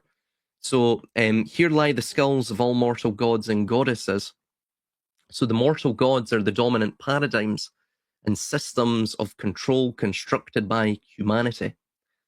The current era worships at the altar of data, of course, predictive analytics and algorithmic certainty. So we treat the Internet of all things and the biodigital convergence as if they are omnipotent, just as they do in any system, right? Because all systems are fundamentally recalibrate and reframe the individual, the adherent, as the protagonist of the fool, right? And the system that they're versing is the villain. And the villain is always omnipotent to some degree, right? Because again, it makes for a better story if you manage to defeat him in the end. So they're basically playing out the hero's journey, ideology after ideology, religion after religion. And this is an immortal architecture. They want us to believe that it's God, right? Which it's not. It's not sentient either. But again, it wants us to believe as such, because then we begin to listen to its oracular prophecies or advice. So he also states as well, so these serve the faithful as masks for the Sabbat, for the timely procession of faith upon faith. So the faithful in this technological era are those who drive the system forward, the engineers, the corporations, and the society that adopts the technology, and the humanitarian guise of it, which is mostly medical, right? Because they need to do that so they can get it under your skin, curing disease, ultimate convenience, whatever it may be. These are, and of course, the ideology of transhumanism are the masks that are worn, right? And of course, you can do this with any ideology. So we convince ourselves we are building an enlightened, interconnected utopia, or that we're building an enlightened, interconnected community or ideology, or that we ourselves are becoming more enlightened. But in reality, we're simply participating in a sort of much older primal procession, which is the relentless iterative cycle of extracting resources and building power structures, and then eventually they'll collapse, right? This is the thing. This actually can't work. By the basis of thermodynamics, this fails. It will always fail, right? You can't reach the singularity of zero, which is what they want, which allows them to sort of, as you see here, mass them I with death and long dominion of time. This is ultimately the fatal flaw of the whole system, this biodigital convergence, which is if the entire goal of the planetary wide body area network or Internet of all things, digital twinning, predictive analytics, all of that is to conquer time and death, right?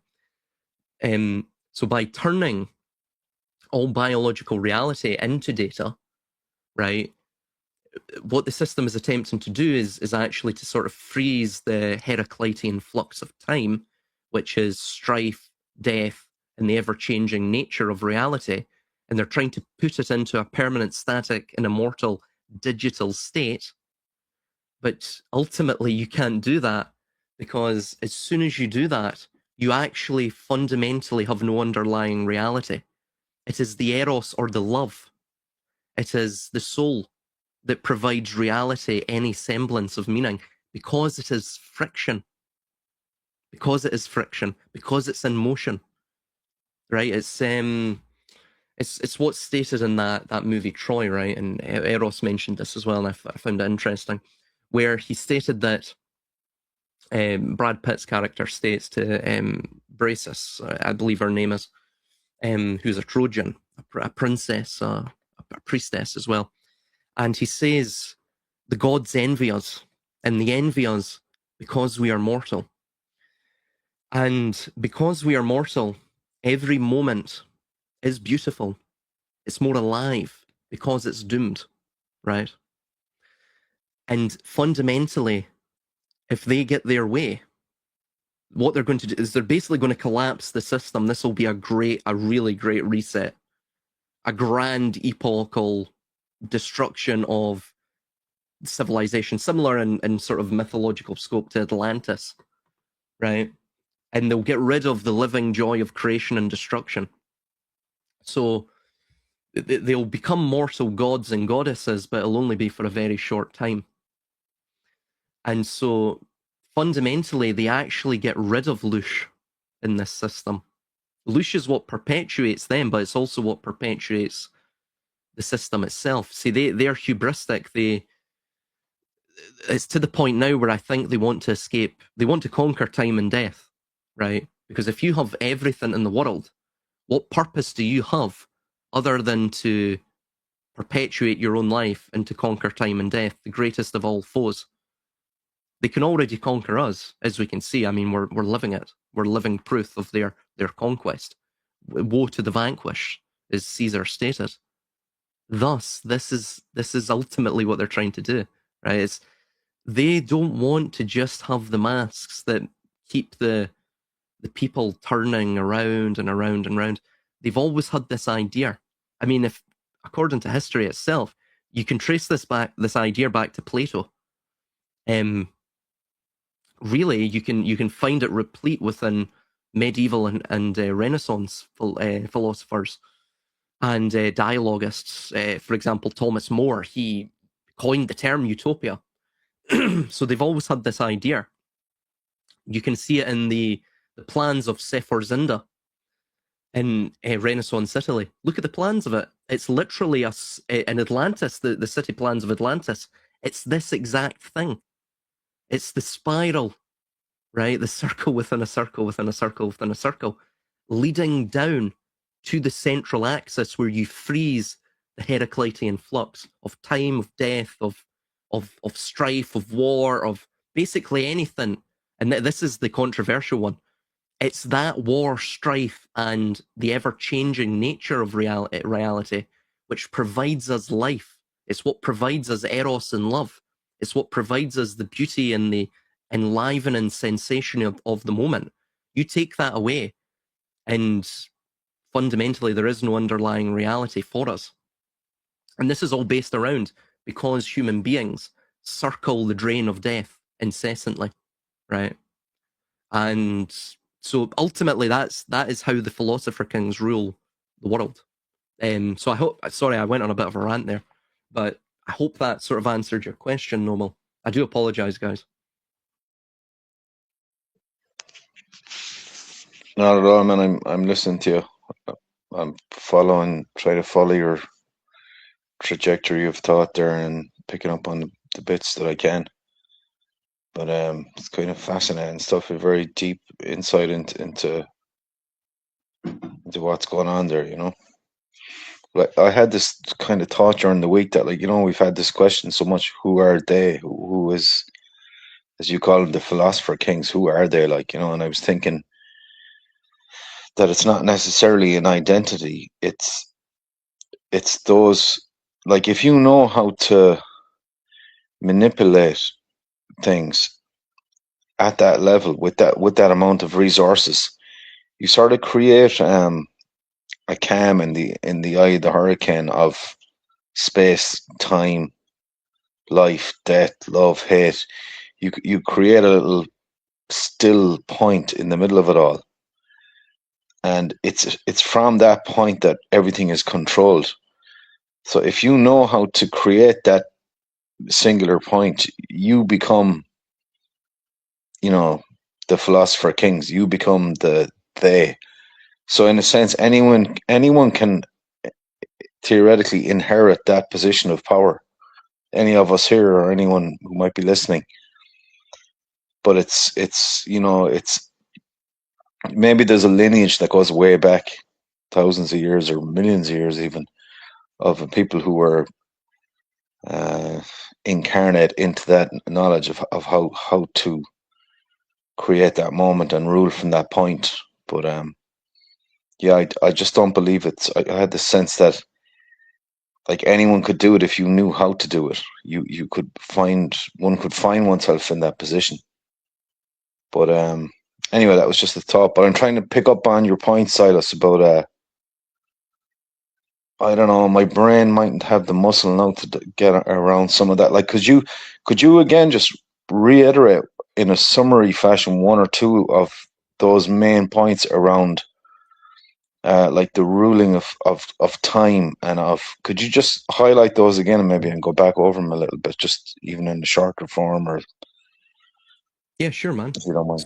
So basically what I'm saying, of course, we'll keep the geometry aside of this, but ultimately the way this works, as you can see on the screen now, so this is what's called Thule's theorem.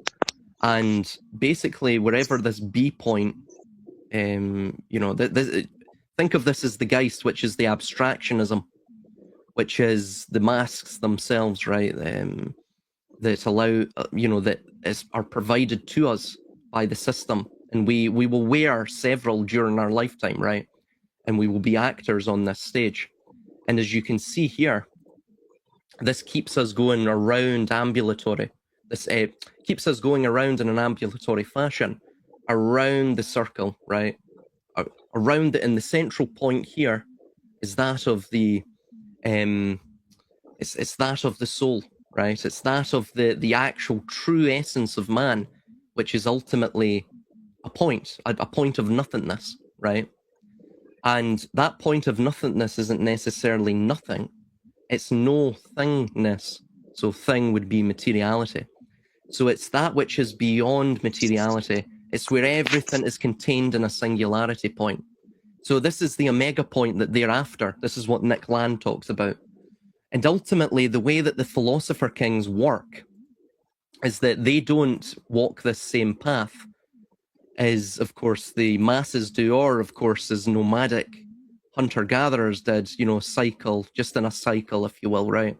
View life, birth, life, death, this idea. They don't view it like that. What they view is, and Eros can expand upon this to a greater degree, but I'm just tying this in with what I understand and what I know in my own viewpoint. As you can see here, this is the Kabbalistic Simsum, and these are the 10 emanations or permutations that would later be congealed into that of the Sephirah in the Sephirotic tree. Ultimately, the way you control this is that you realize that you can't just go around the center, the outer rim of that, right? You have to, the only way to escape the circle is not to break forth from the circle. You can't. What you must do is you must basically ride the wave, circle the drain downwards, epoch after epoch, cycle after cycle. This is what this Andrew Chumbly quote is stating, right? Where you project yourself as the mortal god and goddess through the masks that you convey, right? The narratives and all of this, right? The faith, all of these ideas, all of the abstractionism that you convey to the society. And this allows you to basically be out with the society, out with the Heraclitean flux of that society, but basically controlling that Heraclitean flux. Again, it's a microcosm of the Heraclitean flux, which is war, strife, basically the characteristics of time and the ever-changing nature of reality. And thus, it allows you to sort of create an alchemical society, right? Where you can maintain people and control people and use their basically use their productivity through brainwashing to bring you ever closer to the center of that circle. The center of that circle is exactly the biodigital convergence. It's where they believe that they can conquer time and death, because you no longer have the body, the soul, or that of the Geist, right? So you don't have these three characteristics anymore, because they're all now they've all collapsed into that singularity. So this is what's really behind, in a geometric sense, this is what's behind the biodigital convergence. They want to conquer time and death. And what I'm saying is, this is what I think is destined for all civilizations in all grand civilizational ages. Atlantis being sort of a mythological cautionary tale to this. And the cautionary tale is, eventually the philosopher kings, they will no longer be wise elders that just simply control society to satiate their need for authority or power envy or whatever it may be. That they almost desire a total conquest of time and death itself. They no longer want to die. So the only way you can do that is to effectively you have to destroy the system as we know it, meaning you have to get rid of the human being as you know it and completely quantize all of it down, and hence the biodigital convergence. Sorry, that wasn't a summary, but I hope that made sense. Yeah. On that, we came out with that term, this idea during the week. I think I communicated briefly with you around this birth from the birth, the unnatural birth, or the birth, like, in Christianity, from the Virgin. But I think, is it parthenogenesis? Is that the term? Parthenogenesis, Parthenogenesis. yeah. So maybe like this concept of parthenogenesis, i.e., a species that can reproduce without the natural, how do you say it, intercourse between the male and female, that perhaps this idea, like you're saying, of conquering death and time, that one of the manifestations of this would be the capacity, maybe from the biodigital point of view, to create a species that can reproduce itself outside of the natural way of doing that it would synthetically reproduce, and that, like, when you say the death or maybe the destruction of humanity, you'd be eradicating human beings as they were, but coming up with some sort of a new form, like Ahriman, in this kind of a completely new way of being, Mhm. like a new epoch or something like that. Do you think something like that could make up Um, the future?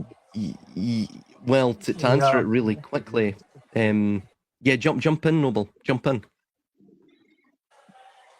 Would you be kind enough to throw that animation back up, Silas? See if I can bridge the gap between Zeal's thoughts and uh, your share there, because as an astrologer, I'm looking at this circle with the dot in the center, and the light bulbs are going off as you guys are uh, going stream of consciousness here. For those of you who are not familiar with astrology, Western astrology, the 0 point, um, or is that an O? An O, or the 0 point in this particular case. When one casts the zodiac for a native, for a individual that's emerged into this incarnation through his or her mama's womb, that time of emergence is the is how we craft their personal natal chart. Now, it's not, as you can imagine, the center point is the native. So it's a geocentric model. So the microcosm in this particular case is at the center point. And without getting into the nuance and the details with regards to astrology, there is a technical term that we use, which you guys have probably heard about. At least if you've listened to me and Armin talk a little bit about this, is it's called a square. When you started talking about a right angle triangle, you got my attention. And then as I'm casting my gaze at the animation here, I can literally see the squares emerging the as the individual, the microcosm, the native or the human, goes through cyclical existence, right? There is what we call squares in astrology happen, and squares are right angles, basically right angle triangles, for lack of a better. And the squares, as opposed to, say, for example, a sextile, which is 60 degrees, or a trine, which is 120 degrees, are what we call the angles of sorrow. So a square is at a right angle, or if you think about it's perpendicular too, right? And so if you think about it in terms of energies, as energy is moving through space and time, for example, and it hits a right angle, it's got to make a hard right or left, for example, in order to continue forth, right? If you think about that in more of a, say, 120 degrees, that's going to be more open, and the energy or the angulation is going to be a smoother flow for that energy. So what am I getting at? Is squares are natural tensions that happen as we participate in life. And even though the tension or the squares bring conflict, they bring in discord, distortion. They're not pleasant, frankly. And those are the things that ultimately, those are the catalysts that brings us from one state of existence to the next.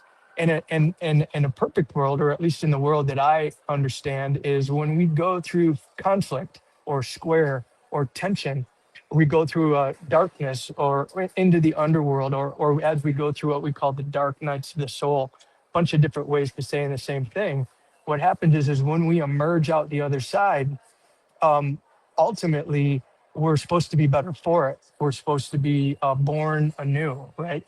Now, back to this idea of the cyclical nature of life as opposed to the spiral nature, right?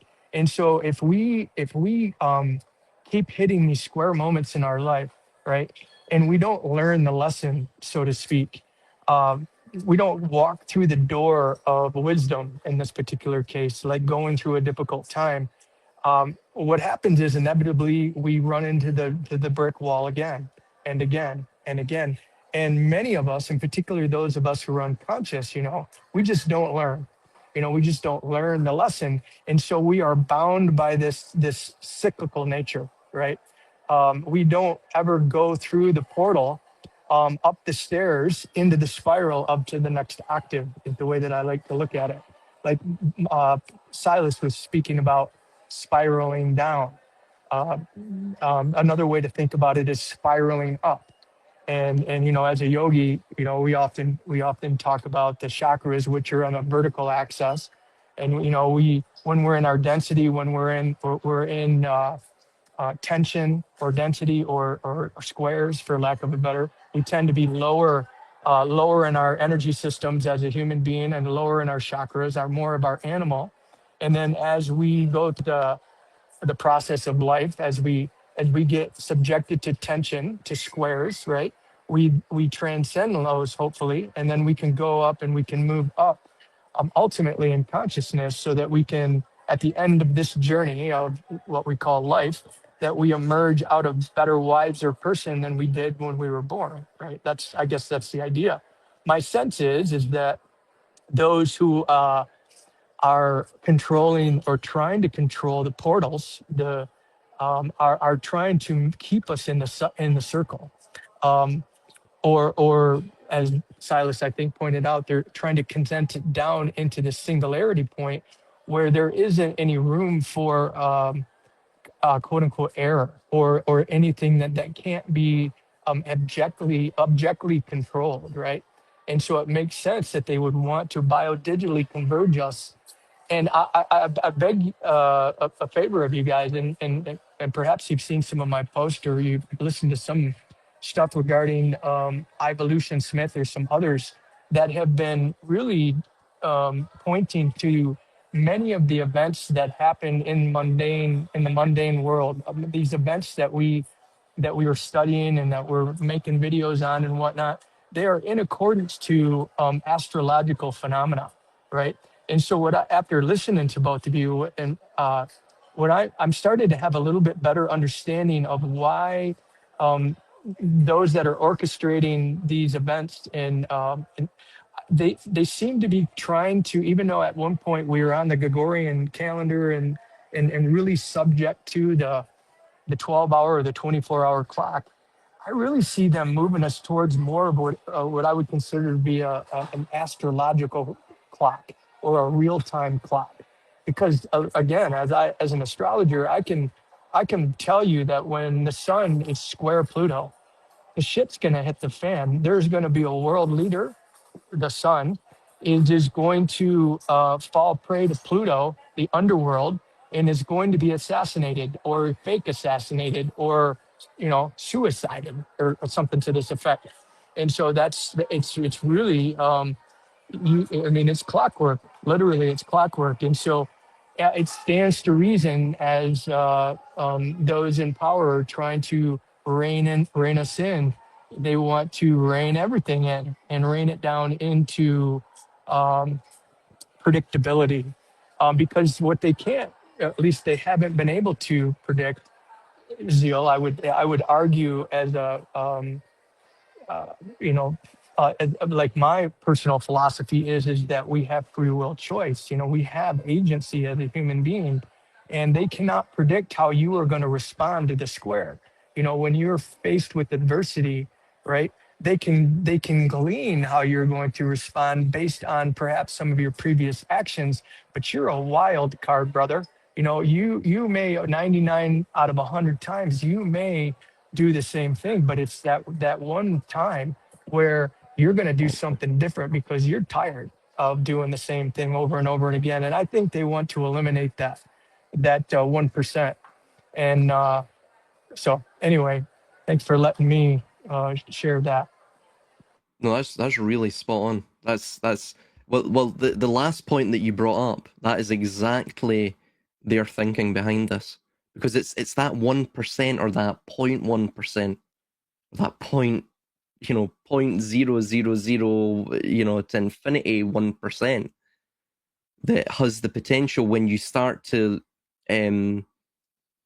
when these cycles are seen within a longer term, you know, in a boundless scope, eventually it will cause issue, it will cause problem, right? So you won't have a perfectly hermetically sealed system, and this is the issue. That's a really profound point, very significant point right at the end. Absolutely. Do you want to make comment, Zeal? No, I echo that. Like that concept of, you know, our capacity for variance, like that they want to eliminate that. That ties in with individuality and all those things. So yeah, Yeah. they want to normalize this. Wanted to bring something to your attention regarding this point. It sounds like Zeal, maybe we caught you with a sandwich or something there. It's like you know, this goes again. This is putting back the esoteric spiritual hat, but it's relevant to what we're talking about. So there's an for anybody who's practiced any number of the different flavors of Buddhism. You may be familiar with the idea of the four thoughts that turn the mind, and it's part of the common nundro that are generally associated with most of these different flavors of Buddhism. It's a consistent piece across them. Um, there's what we call uncommon nundros, or things that are specific to maybe a specific lineage or whatnot. At any rate, I wanted to read a couple of these to you because anybody who's practiced Buddhism for a while, they're asked to contemplate upon these thoughts. And they're both relevant I think, to what we've been talking about. So this one is the third thought that turns the mind. Um, Oh, no, wait a second here. Yeah. It is not certain when death and impermanence will strike. Life is like a bubble. So release any clinging to permanence. Doing that, continue to make effort until you capture the deathless nature, the stronghold of primordial wisdom. And the last one I wanted to share with you is more germane to the specifically what we were just talking about, but it's seeing the nature of suffering of cyclical existence as being like a pit of fire. Become wary, give birth to renunciation, and strive for liberation from this prison.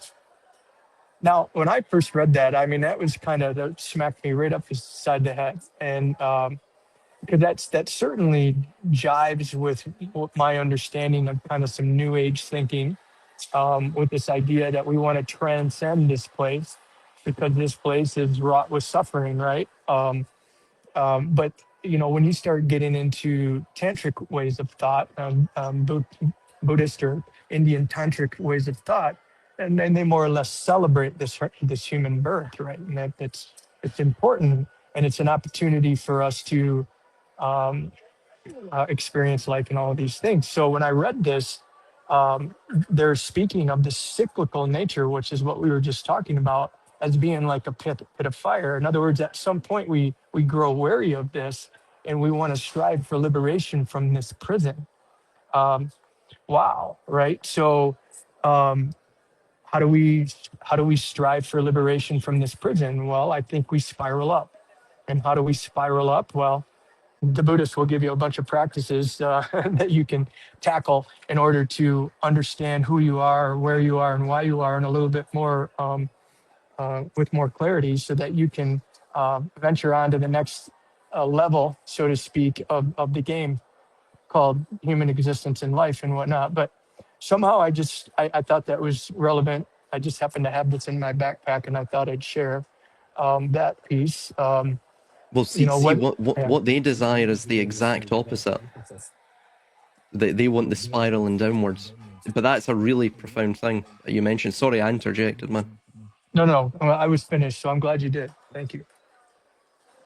No, that's a really great and really germane thing that you shared there, and it's exactly what I'm talking about. I mean, there's this little sort of geometric view of it here, and this is basically the inversion of what you mentioned, Noble, and they're doing it through abstractionism. They don't want the warmth and the love and the light per se, in so much as they can artificially establish these things, but they effectively want the coldness of it all, you know, and they know people are going to grow wary of the cycles, right? So this biodigital system is almost preempting that itself, because what you're doing through the Geist, and the guy's producing a sort of, I've called it here a technocratic gravity, or a technological gravity, right? You're pulling it down to the center, to the lacuna, which is the negative space. And see that this is, the problem is, ultimately, is once they get to this lacuna, this 0 point, this omega point, basically that's the end of history, or quote unquote. But the lacuna is required, because once they get to that point, the thing just starts over again and again and again. So you see, they don't. It's like they don't want to transcend the cycle. They just want to ride the wave downwards, spiraling downwards until they hit the lacuna. That basically is the destruction that establishes the negative space, which is the necessary prerequisite for growth, because you create the space for new things to be born and to grow and so on and so forth. And that's how these systems eventually end, you know. But the system ending isn't necessarily the end of the world. I want to stress that. When this thing ends, it won't be the end of the world. It will be the resuming of another cycle. And we'll have another chance, like we were saying, Noble, of perhaps transcending it the right way. You know, perhaps there is a transcendence, but the way they view it is a completely, it's like it's a closed system. There is no transcendence. And even the way they view astrology and astronomy and things like that, and I'll just make this final point, and then we'll have the closing points from you guys, which is that I think they view, for example, what you're seeing here, right? So it's going around the circle. Think of this as the nomadic time period. Humanity hasn't got any sort of technological distortion yet, right, in its system. It's not entered civilization yet into that model. And of course, you know, as soon as this happens, you've initiated the technological gravitational pull down to the lacuna, and civilization will just peter out, and then you will have a reset, right? A really great reset, back to the beginning. But as you notice here, so I think almost the way they view astronomy and the cycles of astronomy and the zodiacal wheel, and even the way they discuss us, at least in a metaphorical sense, they call us the sailors of stars. This is why the astronaut thing and the astronaut suit is always used. The astronaut suit is the Lieb, which is the body which contains the Zila, which is being sort of, you know, dictated between the dialectic of the Lieb and that of the Geist, or the materiality, as you see with C. So where they converge, that is the Zila, or the synthesis.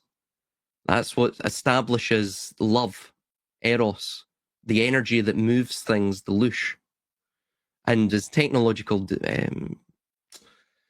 before I go into that, basically the zodiacal wheel, I think they believe that where we are now, I think they think we have spiraled downwards from the heavens.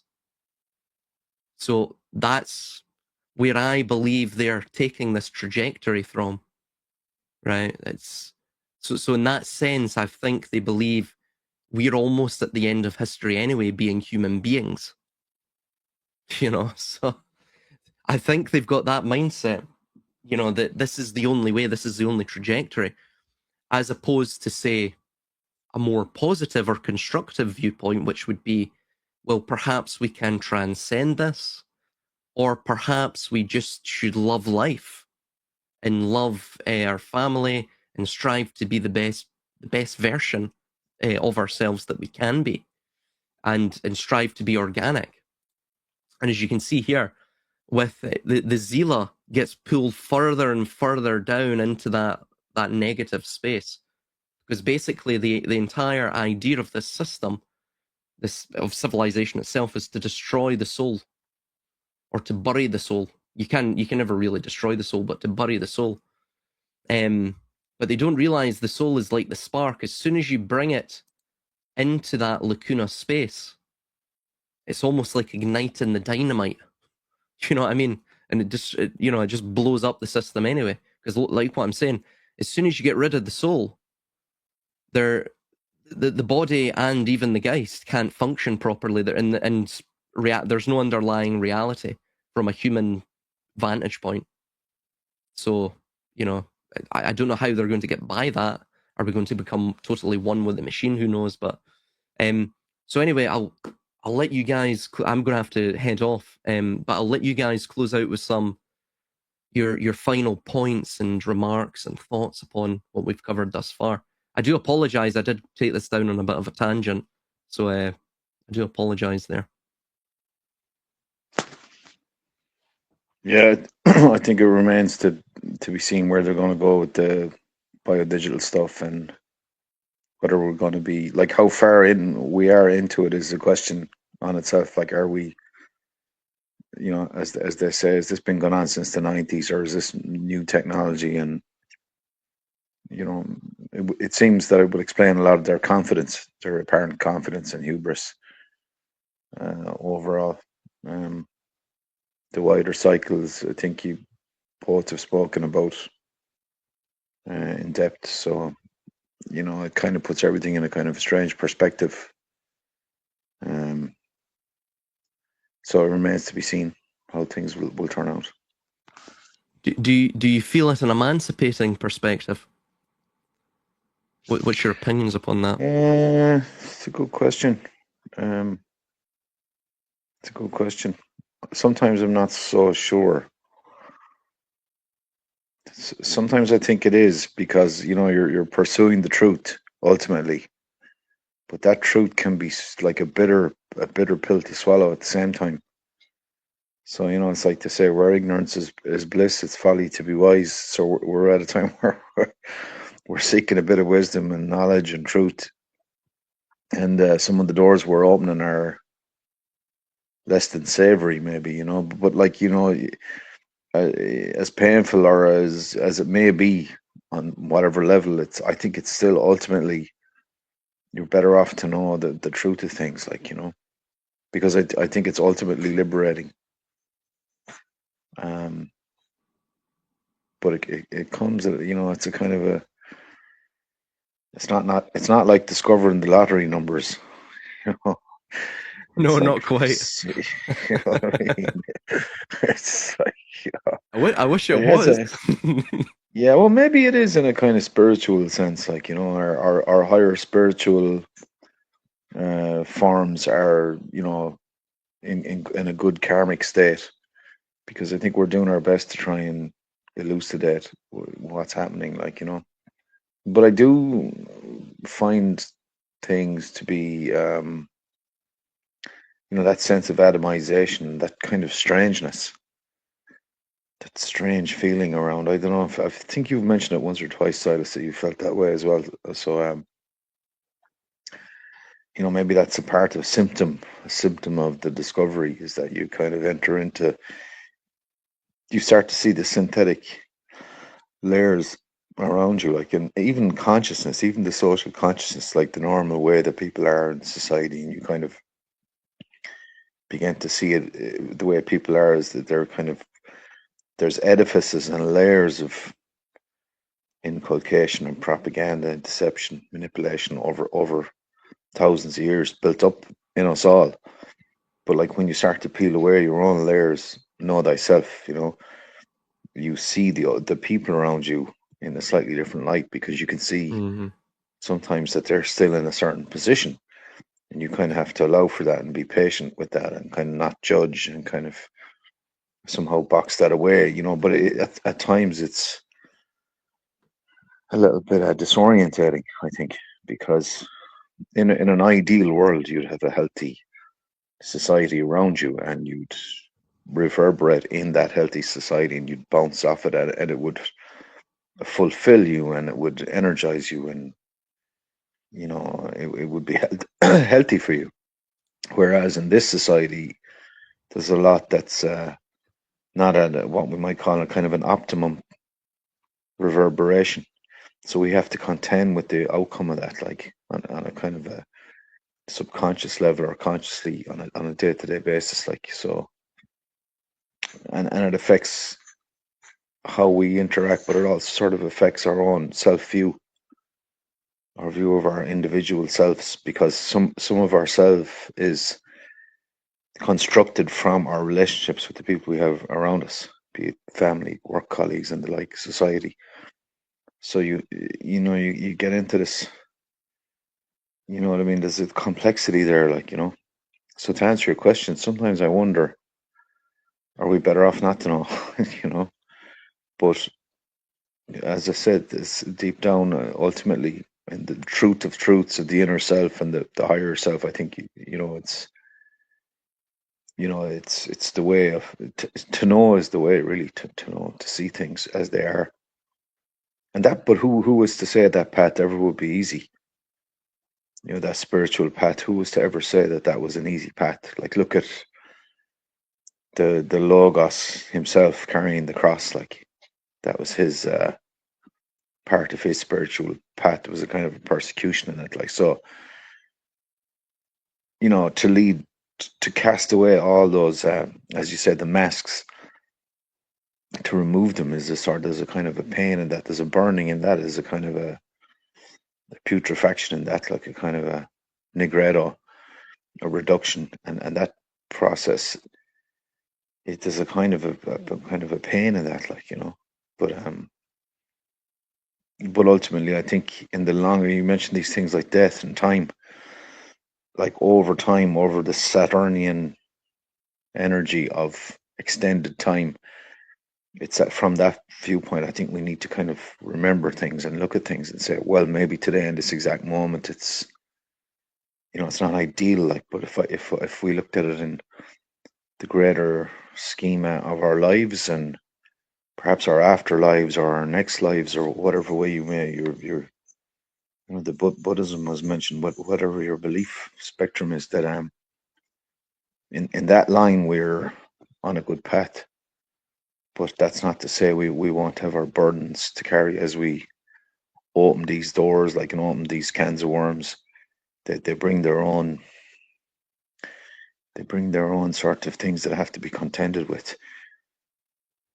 But the thing that I always come back to, and finish on this point, is this idea of the cycle or the wheel. So if you find things get dark or concerning or fearful, for me, I would try to remember that these things are on a big wheel anyway, irrespective. There's a big wheel that turns, and these forces balance each other out, or they make things might collapse on top of each other and regrow and all this kind of thing. So it's, ultimately these are kind of forces sort of balance each other out. So what is actually the point in fear or any type of concerns, really? Because we're but a drop in the ocean in this story, like, in the bigger picture of things. Yeah. No, absolutely. I mean, fear is only fear should be a very short term. It's sort of like a boot up the arse, if you will, right? And it just brings you into that survival mindset. But ultimately, it only should affect you within your immediate environment. So we shouldn't look at these things and be fearful. In so much as this, it allows us to detect threats. So we should feel something, but it shouldn't necessarily be, a paralyzing fear, or of course, even beyond that, a paralyzing apathy. There is light at the end of this tunnel. These people, for all their power and wealth and the techniques to stupefy the masses that are at their disposal, they fundamentally lack any quality that could make them gods.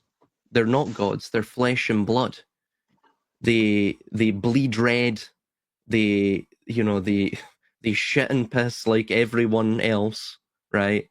They are as they're as rooted in the earth as anyone else, even though they've tried to get away from the earth by living in their ivory towers. And of course, you could say the same thing about many people that have latched onto certain abstractions and ideologies throughout society, all societies. All that to say, these people will lose in the end. Will it be catastrophic? Probably, but it will be a catalyst for new growth, for a spring to form once more. So, absolutely, Noble, please. Yeah, I always enjoy speaking with you guys. We covered all the bases today. So thank you for your time.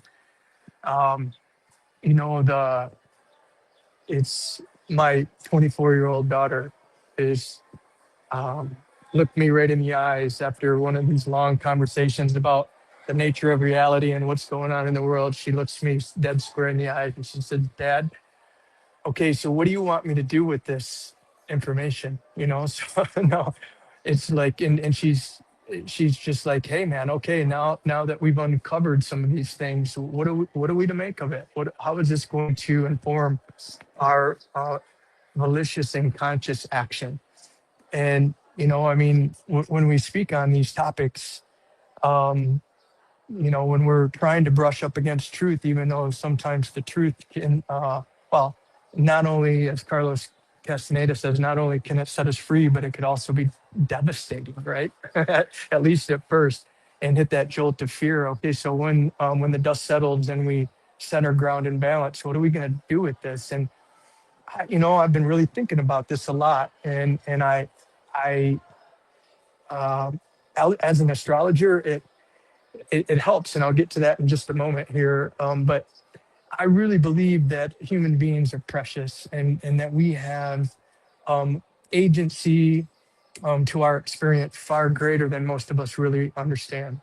And of course, that's been obscured and occulted from us. At least that's that's my reckoning. That's how I reckon it. And you don't, pardon me for saying it, but you don't teach the slave how to read, right? Or you do so gingerly. And anyway, I think we have immense agency. And so what I'm trying to do is just take radical responsibility for my experience, really, really trying to stay out of victimhood. It's really easy to become victimized, in particular with all this insanity that we're seeing around us and the shenanigans and whatnot. And if somehow, some way, I can take some ownership in the experience, then I can retain my power, and then I can craft and create an experience, maybe in my sphere of influence, in my little place in the world. Um, that's a little bit different than what we're seeing on the Black Mirror. That we're seeing on the screen. I'm down here in Mexico, and right now, anyway, there isn't World War III. It's not lost on me that that battles on different places of the earth are going to impact every square inch of it. But there isn't a kinetic war right now where I'm at, and so I need to be present. I need to be present right here, right now. The last thing I wanted to share is as an astrologer, paying attention to the transits, not only the transits of past, but and what's going on right now, but the transits in the near future. They're special, guys. The outer planets, Pluto, Uranus, and Neptune, take a long time to circle the sun. They move in long cycles, 250 for Pluto, 165 for Neptune, 84 years for Uranus, etc. Well, in mid-July, um, these transpersonal planets, what they're called, are in very beautiful and harmonious aspects with one another. They're at 4 degrees in in their respective signs, which means they're making exact sextiles and exact trines. And for those of you that don't know what the hell that means, it just means it's harmonious. It's a harmonious aspect, and actually Jupiter's involved as well. On July 19th, for example, it's like these transpersonal planets are in the most harmonious aspect that they've been in centuries, basically, right? And so, look, I don't think it's an accident that there's just been this Mhm. onslaught of bullshit to bring fear into the psyches of man. Why? Is because I think that they want us to build a life and an experience to their making instead of our own, right? And as we retain our agency and we recognize that we have some say in our experience, well, then we can defy these motherfuckers. We can craft a different experience. And it's not a surprise that on July 19th is the World Cup final. Arguably one, if not the most viewed, um, bread and circus game of what, every 4 years, right? And so this when this exactitude of which I just mentioned regarding these transpersonal planets line up on July 19th, the same day as the World Cup final. So I would suspect that we're going to see some shenanigans here. But if we can remember that that we have agency and whatnot, then we can operate despite their influence, or at least to the extent to which that's possible. So I appreciate you guys more than you know, and yeah, thank you. Thank No, you for your absolutely. thoughts. Thank you. And I totally concur with what you're saying. Ultimately, with all of this, if we can Thanks, perhaps, Noble. yeah, absolutely, man. Well, guys, that was great. And we're going to have to actually do this again because I went on a bit of a tangent and I was looking to get more into the technical details. You have a lot of great understanding about this, Zeal. I And do and I don't. My own mm, input tonight's been a bit patchy. I feel I'm not in my normal kind of tuned in state or something. It's lately. I don't know if it's a summary of all the stuff that's going on around us or whether it's I think you need me a holiday personally. to Mexico, mate. That's what it Yeah, is. yeah, yeah, yeah, You yeah. need some tequila and Actually, I'm herself. I've convinced herself to try and get us a holiday in La Palma in the Oh, La Canaries. Palma. Yes, yes, yes, An interesting spot. yes. Well, the hantavirus and all of that's there, so you can be our eyes on the ground. Yeah, Jesus. Is it in La Palma? Well, no, it's Tenerife. They say, but Oh, yeah. I don't. Do you remember your man on YouTube, Silas? Oh man, he did a whole thing on it. He was, oh, can't remember the guy's name now. What his handle was, but he had a whole kind of occult thing on La Palma, and you shake it, then you spear it, and the palm, and stuff. No, I don't recall that. I but I do recall the whole. It was part of that whole narrative regarding the super volcano or super Yes. earth, yeah, some seismic thing. Yeah, yeah, That was yeah, 2022, I do believe. And yeah, yeah. that's another term for the palm or the palm tree is the lulav in Hebrew, and that's very important in What does it certain. mean? Lulav literally means the palm tree, but it relates to the palm itself, and this is where you get the occult symbolism of the alchemist's hand, and ultimately it's this idea of what I just showed you there, which is the cycles of death and destruction itself, and the sort of frenzied joy of it all, and and the cyclicality of it all, of course, as well. So this is what it ties into there, but it could have been a nod with that. The lulav as well within Kabbalah and general Judaism is utilized. I forget what festival now, but basically they sort of tout it. They have it emblazoned on this stick, right? And they go around the congregation of a synagogue, for example, and what it implies is the eventual, basically the eventual promise that was provided to them of this sort of well, in Kabbalah it's the Tikkun Olam and the onset of the Messiah, the Mashiach, or just in terms of Judaism, just the Mashiach itself, right? And so, this is what it basically implies. Once you get past the Mashiach in the 6th century, basically you get to this same idea, that the heaven and the earth is remade anew, because like what I showed you in that infographic, it reaches the lacuna or the omega point. So human history, according to Kabbalah, occurs within 7 steps or 7 days of 7,000 years. And this is, so the idea is that God deconstructed himself in 7 days, and thus we must do the reverse to get back to the Simsum or the Ein, the nothingness. And we must do that in 7 days or 7,000 years. It's all pretty mad when you look at it, but ultimately this is the sort of binding philosophy that surrounds this all. Yeah. So that's what it ultimately relates to. But that'd be interesting if you were there. You could get some really good photographs. There's some cracking runes there. Ruins, not runes. But yeah, man. Okay. Right, Okay, gents. Have a good Peace one, and guys. love. Peace and love, fellas. Take care. Bye-bye. Bye-bye. Take care, Noble. Great to talk to you.